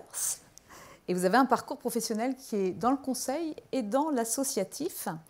Et vous êtes le lien entre le politique, le poétique, engagé, et l'entreprise que nous sommes, puisque vous apportez des solutions très concrètes aux entreprises pour aider les femmes des entreprises à prendre des postes de dirigeantes, mais aussi, j'ai envie de dire, par la même occasion, à aider les entreprises à être encore plus performantes. Comment ça se passe? C'est ça. Alors, en fait, quand j'ai commencé à réfléchir à notre projet pour l'égalité entre les hommes et les femmes, j'ai réuni quelques amis autour de moi et on s'est dit qu'on allait travailler avec un parti pris fort qui était de se dire si on veut changer les choses, autant le faire à plusieurs, avec les hommes, avec des femmes, mais aussi avec des hommes. Donc un des partis pris de départ, c'était de se dire on va démarrer un projet pour l'égalité hommes-femmes, mais avec des hommes et avec des femmes. Et puis le deuxième parti pris fort, c'était de se dire on va travailler sur les instances dirigeantes, parce qu'aujourd'hui, il y a une insuffisante représentativité des femmes dans les instances dirigeantes. Et tant qu'à faire, autant commencer par le haut, qui se doit d'être exemplaire. Si jamais on veut changer la société, autant le faire par les élites, par le haut, pour que ça puisse diffuser derrière en capillarité à tous les niveaux. Donc on s'est dit qu'on allait travailler sur la mixité des instances dirigeantes, et donc on a créé Equaleaders, qui est effectivement un programme très concret d'accompagnement des femmes pour justement développer toutes leurs qualités et leur donner la chance d'atteindre un COMEX d'un grand groupe, ou au moins les instances dirigeantes des grands groupes, qu'elles prennent les bonnes postures, etc. Et donc, on a lancé Equaleaders. Donc, c'est un programme de mentorat qui réunit en fait une quarantaine de grands patrons. Et d'ailleurs, à titre d'information, le premier grand patron qui m'a dit oui sur ce projet-là, c'était Philippe Val, qui, à titre personnel, donc s'engage dans ce programme Equaleaders de mentoring, c'est-à-dire qu'il consacre dans l'année 5-6 rendez-vous d'1h30 avec une femme qu'il suit pendant toute l'année. Donc c'est un programme qui dure une année. Et on outille avec notre association, parce que c'est une association à but non lucratif, avec quelques bénévoles qui travaillent sur ce projet. On outille les femmes qui sont accompagnées tout au long de ce mentorat. Et alors, le deuxième élément qui est important aussi à comprendre, c'est que c'est un mentorat externe. C'est-à-dire qu'en fait, les femmes qui sont accompagnées par un dirigeant, donc un DG, un président ou un directeur, on va dire, du COMEX. la personne qui les accompagne, qui accompagne les femmes qui sont mentorées, est un dirigeant d'une autre entreprise que la leur. Et ça permet une liberté d'échange qui est extrêmement intéressante et qui d'ailleurs est bénéficiaire, on va dire, aux deux parties, à la fois aux dirigeants et à la fois aux femmes. Donc, ça marche très bien. Aujourd'hui, on est à notre 4e promotion et on ambitionne d'élargir notre programme. Alors cette année, il y a une 30aine de femmes, c'est notre 4e promotion. Nous avons évidemment des postières. Nous sommes très heureuses d'accompagner des postières dans ce programme-là avec des dirigeants de talent. Et je crois qu'on fait progresser parce que le mentorat, c'est très efficace. Et d'expérience, parce que même si on a une petite expérience de 4 ans, sur la base de ce qu'on a pu observer, les femmes évoluent dans leur périmètre. Ça permet de faire sauter des verrous et de leur donner une liberté d'oser, d'aller plus loin, de franchir le plafond de verre et donc d'évoluer dans leur poste. Et 50% des femmes qu'on a accompagnées ont, dans les 18 mois du programme, élargi leur poste ou changé de poste pour prendre un poste plus important. Donc vraiment, ça marche très très bien. Merci Véronique. On parle des femmes dirigeantes, mais quand nous avons échangé toutes les deux, vous avez votre engagement, je l'ai dit, vous êtes passé du conseil à l'associatif et ce n'est pas anodin pour vous. C'est-à-dire que c'est très important la transmission, et donc la transmission aux femmes de tous milieux sociaux notamment. Oui, tout à fait. En fait, la valeur cardinale et fondatrice de notre association EcoLeader, c'est la transmission. C'est-à-dire la transmission à la fois comme unité culturelle, comme lien intergénérationnel, et puis aussi comme facteur de construction de sa propre identité ou même d'une identité collective. Donc c'était vraiment très très fort. Et on s'est dit, chez EcoLeader, on va être dans la transmission. Et donc en fait, on transmet un peu à tous les étages. Alors on a des mentors qui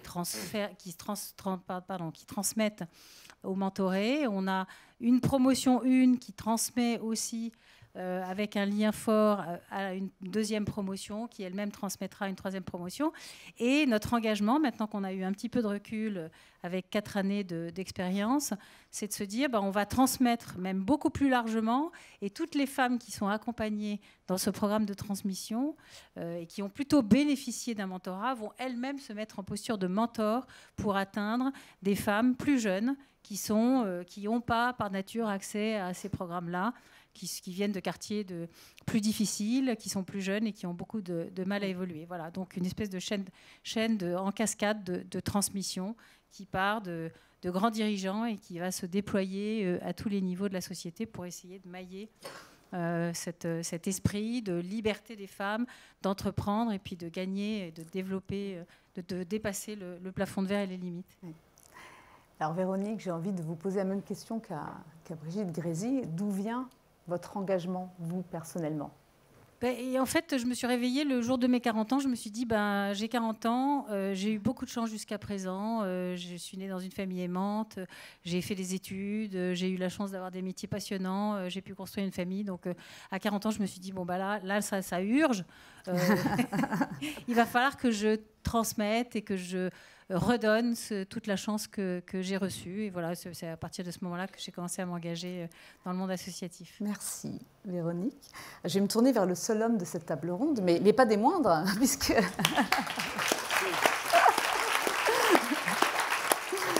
Donc, Philippe Dorge, vous êtes donc directeur général adjoint du groupe La Poste en charge de la branche service courrier colis. Absolument, c'est bien. Et vous êtes le premier président du réseau Parité 1-1, donc le premier membre du COMEX qui préside le réseau. Merci. Alors Philippe Dorge, dites-nous pourquoi c'était important pour vous de prendre cette présidence et ce que ça représente à vos yeux. Alors j'ai candidaté, effectivement. Vous êtes sélectionné. Je suis heureux d'être sélectionné. D'abord, c'est un engagement personnel, je veux le dire, à la fois certainement aussi parce que je suis époux d'une femme et père de 4 filles et que j'ai toujours encouragé à l'autonomie, à avoir une activité, un travail professionnel, avoir vraiment une autonomie financière. Donc voilà. Et puis dans mon passé, j'étais directeur des relations sociales, des RH, et en 2006, chez PSA Peugeot Citroën, on a été la première entreprise. Il y avait Casino aussi, qui a signé un accord égalité homme-femme. C'était, je me souviens de votre visite à l'usine de Poissy, voilà, à l'époque, c'est déjà rencontré. Voilà, on était une des premières entreprises, donc vraiment du CAC 40, à signer un accord égalité homme-femme. Parce que c'était la loi. C'était la loi de Nicolas Hamelin et il fallait appliquer. Et évidemment, on s'est rendu compte finalement tout le travail qui était à mener.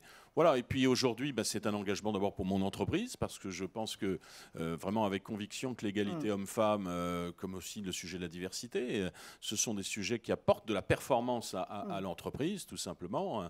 Je crois que c'est aussi un enjeu très fort pour nos postières et nos postiers, parce que l'égalité homme-femme, finalement, c'est la méritocratie, c'est l'engagement de tout un chacun, c'est la qualité de vie au travail aussi, et puis d'être simplement le reflet de la société et de l'humanité. Nos clients, 50% sont des femmes, on doit être absolument ce lien, cette proximité avec nos clients, donc c'est évidemment un engagement pour la Poste. Et puis en plus, la Poste, comme l'a dit notre président, est une entreprise engagée, mais engageante. Elle a une place dans la société, elle peut faire bouger les lignes, et donc c'est très important que la Poste soit sur cette ligne avec un coup d'avance. Alors le réseau peut-être aussi, le réseau, je crois que c'est à peu près un millier de personnes aujourd'hui.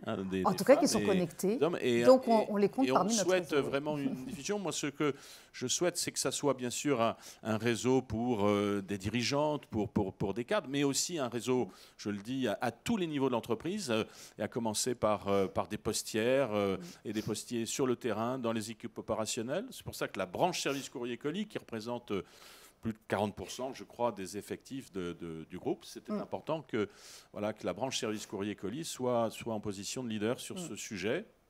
Alors bien sûr, les sujets sont très différents selon les métiers, selon les positions dans l'entreprise, mais il y a un travail formidable à faire, et j'encourage donc tout un chacun à s'engager dans ce réseau donc des postières et aussi des postiers. Tout à fait. Et d'ailleurs, tous les membres du groupe, puisqu'on embarque aussi les filiales que je salue, Géopost, CNP, nous avons des collègues de la Caisse des dépôts qui sont là, de la banque, voilà. Donc vous êtes toutes et tous les bienvenus. Et Philippe Dorge, donc on sent votre engagement personnel. C'est vrai qu'il y a l'entreprise, il y a les lois, mais il y a quand même malgré tout cet engagement personnel que l'on ressent et qui est réel chez nos dirigeants. Nous avons bien de la chance. Vous, concrètement, vous menez déjà des choses sur le terrain dans votre branche service courrier colis.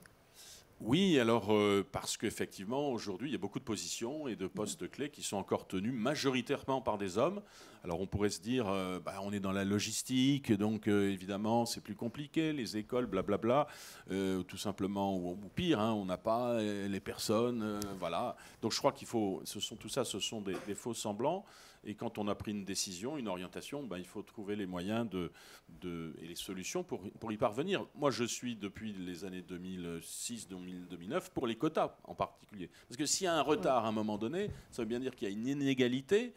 Et il faut bien prendre des mesures pendant le temps qu'il faut, évidemment. Mais tant qu'on n'est pas à l'égalité et à la parité, il faut bien des mesures qui soient correctives pour avantager à un moment donné une catégorie humaine qui, à un moment donné, est désavantagée. C'est simplement rétablir l'égalité.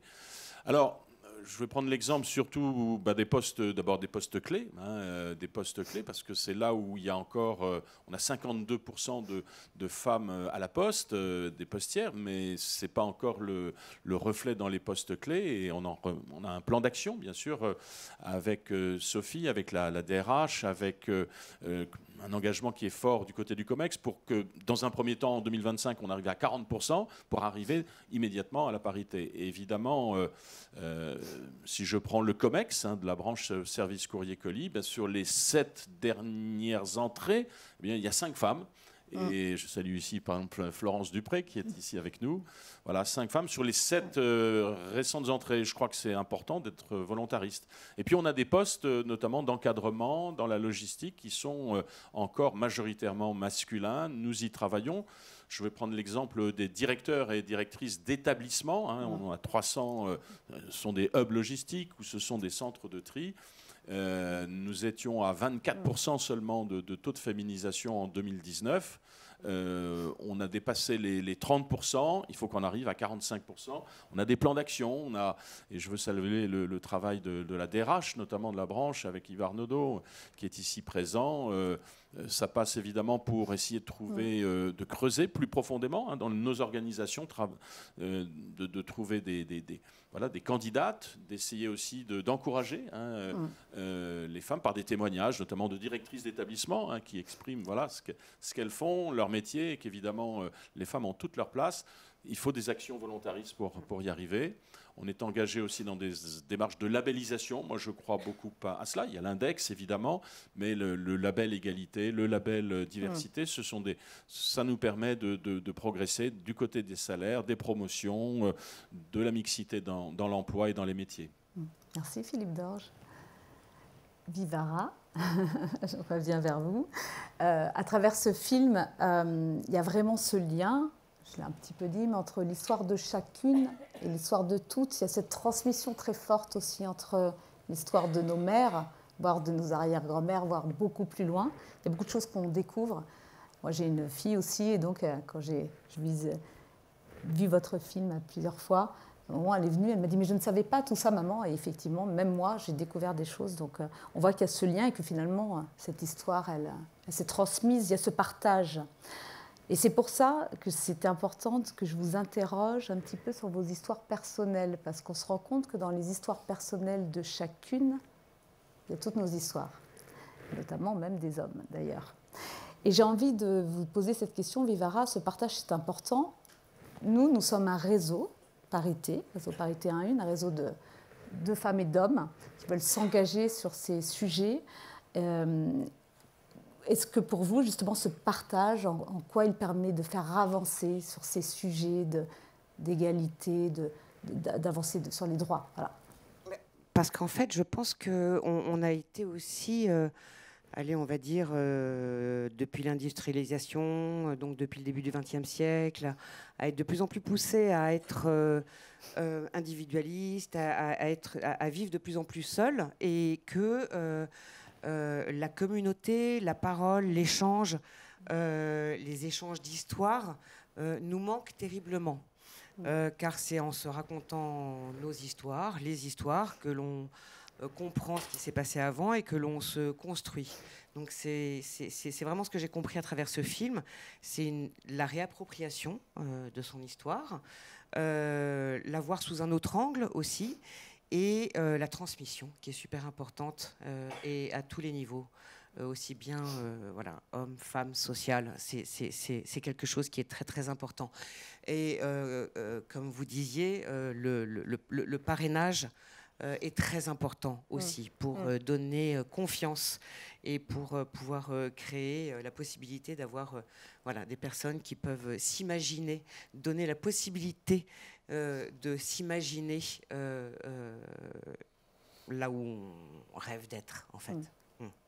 Et c'est un petit peu ce qu'on a pu se dire, ce qu'on m'a dit, un petit peu échanger aussi. C'est vrai qu'en libérant la parole des unes et des autres, on se rend compte qu'on n'est pas seul et que finalement, beaucoup d'histoires se rejoignent, sont communes, et plus il y aura de personnes qui effectivement s'exprimeront et partageront, plus on avancera. Ah, c'est sûr, c'est-à-dire que c'est un peu ce que je me disais avant la projection, en entendant Monsieur le Président et Madame Rixain parler avec des mots qui étaient très très justes. C'est-à-dire que c'est l'éducation, c'est les lois, ce sont les chiffres, ce sont les consciences, et que ça ne peut être su, partagé que par la communication et le partage d'histoire. Oui, ça c'est sûr. Oui. Merci Vivara. J'ai une question que j'aimerais vous poser à tous les quatre. Pour vous, où en sommes-nous au niveau des droits des femmes, puisque c'est quand même le thème de cette journée, et qu'est-ce qu'il resterait principalement à faire en quelques mots? Qui veut démarrer? Brigitte, vas-y. Les chantiers sont quand même très importants toujours, et puis surtout rester vigilant sur ceux qu'on a déjà engagés. C'est sûr qu'il faut cranter à chaque fois ce qui a été fait. Il y a un sujet qu'on n'a pas beaucoup abordé, mais moi qui me semble essentiel. Alors c'est plus du côté des petites filles et du côté des petits garçons. Mais je pense qu'il faut absolument prendre conscience qu'il y a une fabrique différente des sexes dans l'éducation, et que c'est ça qui explique ensuite tout ce jeu des stéréotypes, des orientations, de la ségrégation professionnelle, de la non-mixité des emplois, etc. Et donc moi, je suis pour ce que j'appelle le brevet du respect, c'est-à-dire dès l'enfance et à des intervalles réguliers, travailler sur la notion de respect, respect de soi, respect de l'autre, respect que l'autre doit avoir de vous-même, comment je gère un conflit, comment j'arrive à dire oui et comment j'arrive à dire non. Toutes ces questions d'apprentissage de la légitimité, elle n'est pas faite à l'école. On est très fort pour l'acquisition des connaissances, pas suffisamment. On est très fort pour l'acquisition des connaissances. On est assez fort un peu moins pour le sport, parce que les petites filles doivent faire davantage de sport collectif, où on apprend justement le conflit et comment on réagit. Et je crois que ce travail mental qui est autour du respect serait immensément important pour la question des violences, qui évidemment pourrit aussi notre relationnel en entreprise, et d'une façon générale pour l'affirmation de soi. Merci Brigitte Grésy. Véronique? Je crois qu'on peut dire quand même qu'en France, on vit dans un pays de droit où on a une vraie liberté d'action et que quand même on est dans un pays très égalitaire où les hommes et les femmes sont considérés à égalité de pouvoir civique, politique. Et quand même, ça, il faut savoir aussi s'en réjouir parce que quand on regarde en dehors de France, dans un certain nombre de pays, on voit qu'on a quand même une certaine avance. Et c'est très heureux de vous voir tous rassemblés, à la fois hommes et femmes, nombreux aussi en ligne. À vous engager dans cette cause-là. Et je pense que le sous-jacent, c'est aussi quand même de se dire qu'il faut être très, très vigilant parce que ça reste très, très fragile. Et il y a des tas de bastions qui se reconstituent un peu comme la boule de Sisyphe, là, qui redescend un peu systématiquement. Moi, je le vois dans les métiers de la tech, c'est absolument vertigineux de voir que, parce que je dirige une école qui forme au métier de la tech, là, on a beaucoup de mal à faire venir les femmes et le taux de représentativité des femmes dans ce secteur sont encore très, très, très, très loin de la parité. Ne serait-ce que en Silicon Valley, les 30 plus importants start-upers, patrons de start-up dans ce secteur de la tech, sur les 30 principaux patrons, il n'y a qu'une femme. Donc beaucoup de vigilance.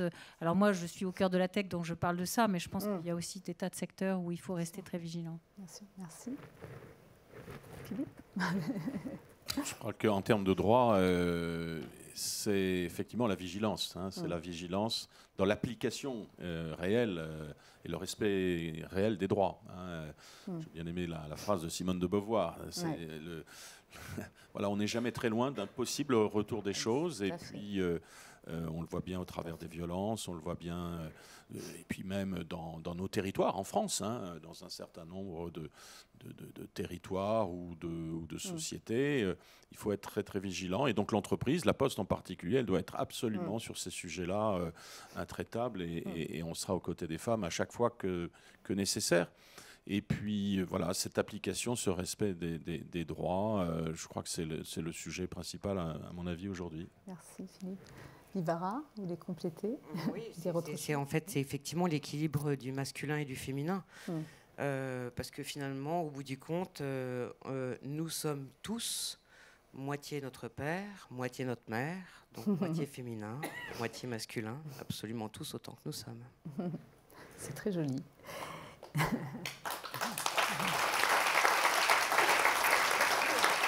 Alors, j'aimerais, pour conclure, vous poser une question à tous les quatre, à toutes les trois, avec une petite subtilité pour Monsieur Dorge. Et pourquoi? Je vais vous expliquer pourquoi.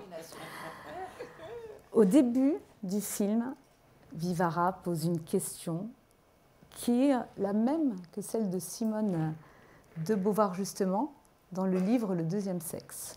Et cette question, c'est quoi être une femme? Alors, je vous la pose à toutes les trois et je vais vous demander, vous, en tant qu'homme, pourquoi vous engagez, et c'est important. Commencez, tiens, Philippe, commencez.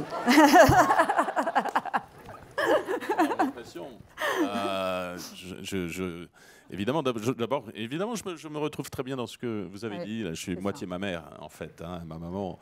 Et donc je crois qu'être une femme, je vais reprendre finalement les 3 mots de la République, hein, être libre par rapport à tous les systèmes de domination qui peuvent exister. Et je crois que c'est une très très belle figure.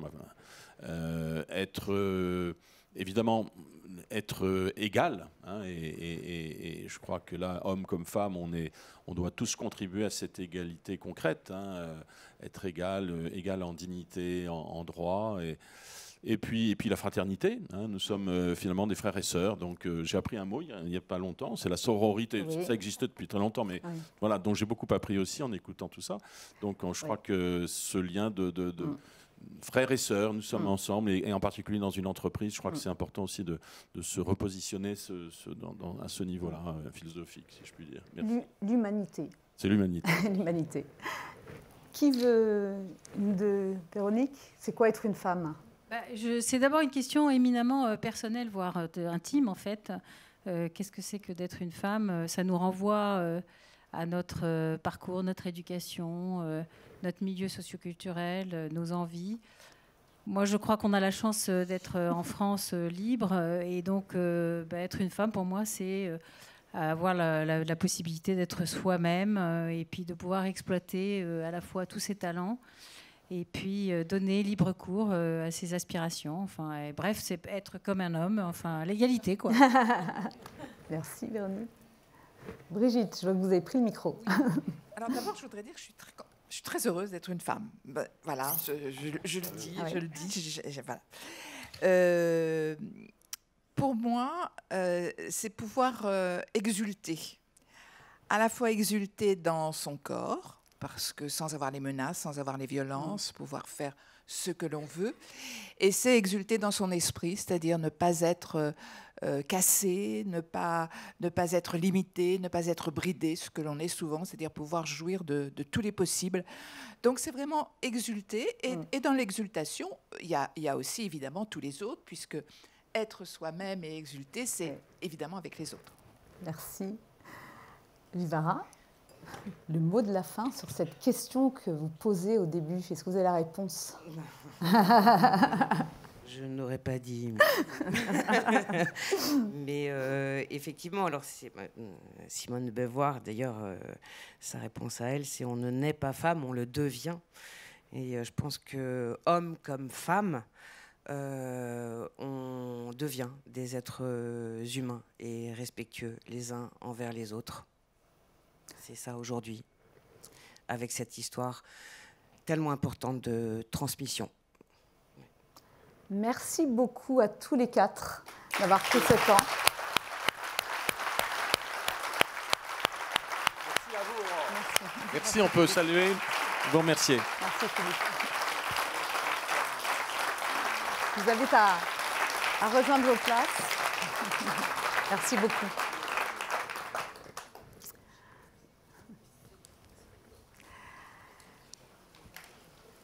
Donc, vraiment un grand merci pour votre sincérité, ces témoignages, je pense, qui nous ont fait avancer, en tout cas, je l'espère, dans vos réflexions, dans nos réflexions. Moi, je tiens tout particulièrement déjà à vous remercier parce que, très honnêtement, quand j'ai lancé l'idée de... Je regarde Sophie, je suis dans son équipe, et quand j'ai lancé l'idée d'organiser un événement le 8 mars, je me suis dit, bon, je vais faire un petit truc pour le réseau, pour le lancer, on va peut-être être dans une salle, est-ce qu'on aura 20 places, etc. Et puis de fil en aiguille, ça a monté, vous êtes plus d'un millier à distance, donc merci déjà de vous être connectés partout en France. Vous êtes des postiers, vous êtes des personnes de nos filiales et beaucoup de gens de l'externe aussi. Donc ça, et de différents mondes. Et moi, ce que j'aime, à travers le réseau, je trouve, c'est de créer du lien entre ces mondes. Et c'est ce que j'ai essayé, en tout cas aujourd'hui, en faisant venir des gens du politique, plutôt de l'art, des gens des entreprises, enfin voilà, de ce partage. Et en tout cas, vous êtes nombreux aujourd'hui et nombreuses. Donc je suis très, très heureuse que ce soit là, que vous puissiez être là. Je tenais tout particulièrement à remercier Valérie Decaux, Philippe Dorge, Philippe Val et Sophie Hertling pour leur confiance. parce qu'honnêtement, ils m'ont dit, bah vas-y. et j'ai pu faire cet événement. J'en suis très, très contente et je tiens vraiment à les remercier très sincèrement pour leur confiance. Je voulais remercier aussi toute l'équipe technique qui m'a accompagnée pour ce premier temps fort. Alors, hier soir, assez tard, ils m'ont dit Aurore, d'habitude, tu prends quoi? D'habitude, Aurore, elle ne prend rien. Donc, c'était une première. Donc, merci beaucoup parce que je me suis sentie très en sécurité grâce à eux tous. Et c'était très confort. Merci beaucoup.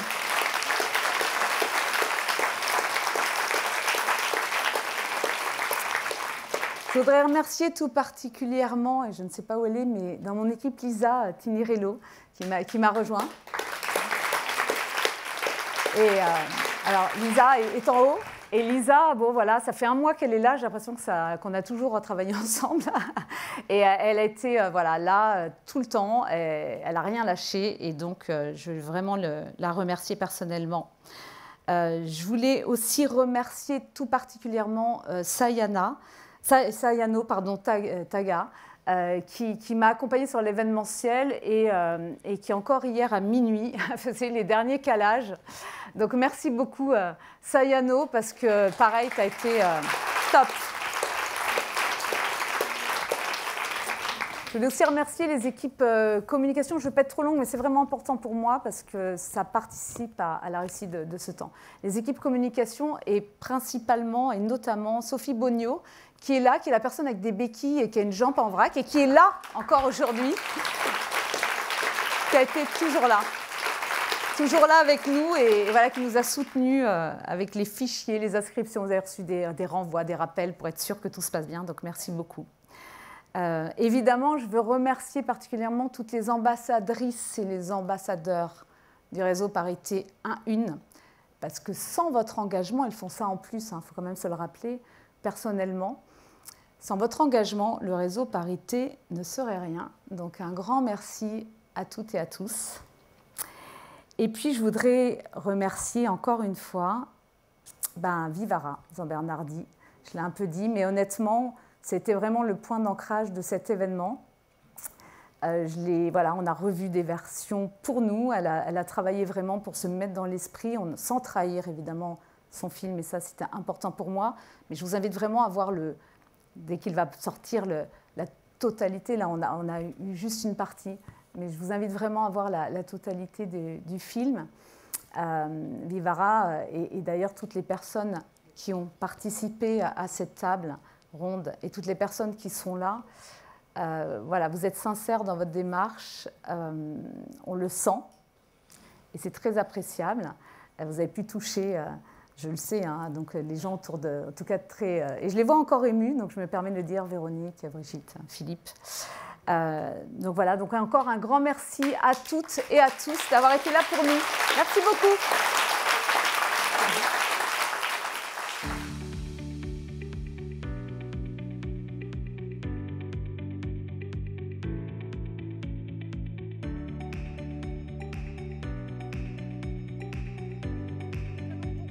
Poursuivre nos échanges pour ceux qui le souhaitent avec toutes les personnes qui étaient ici sur place. Merci.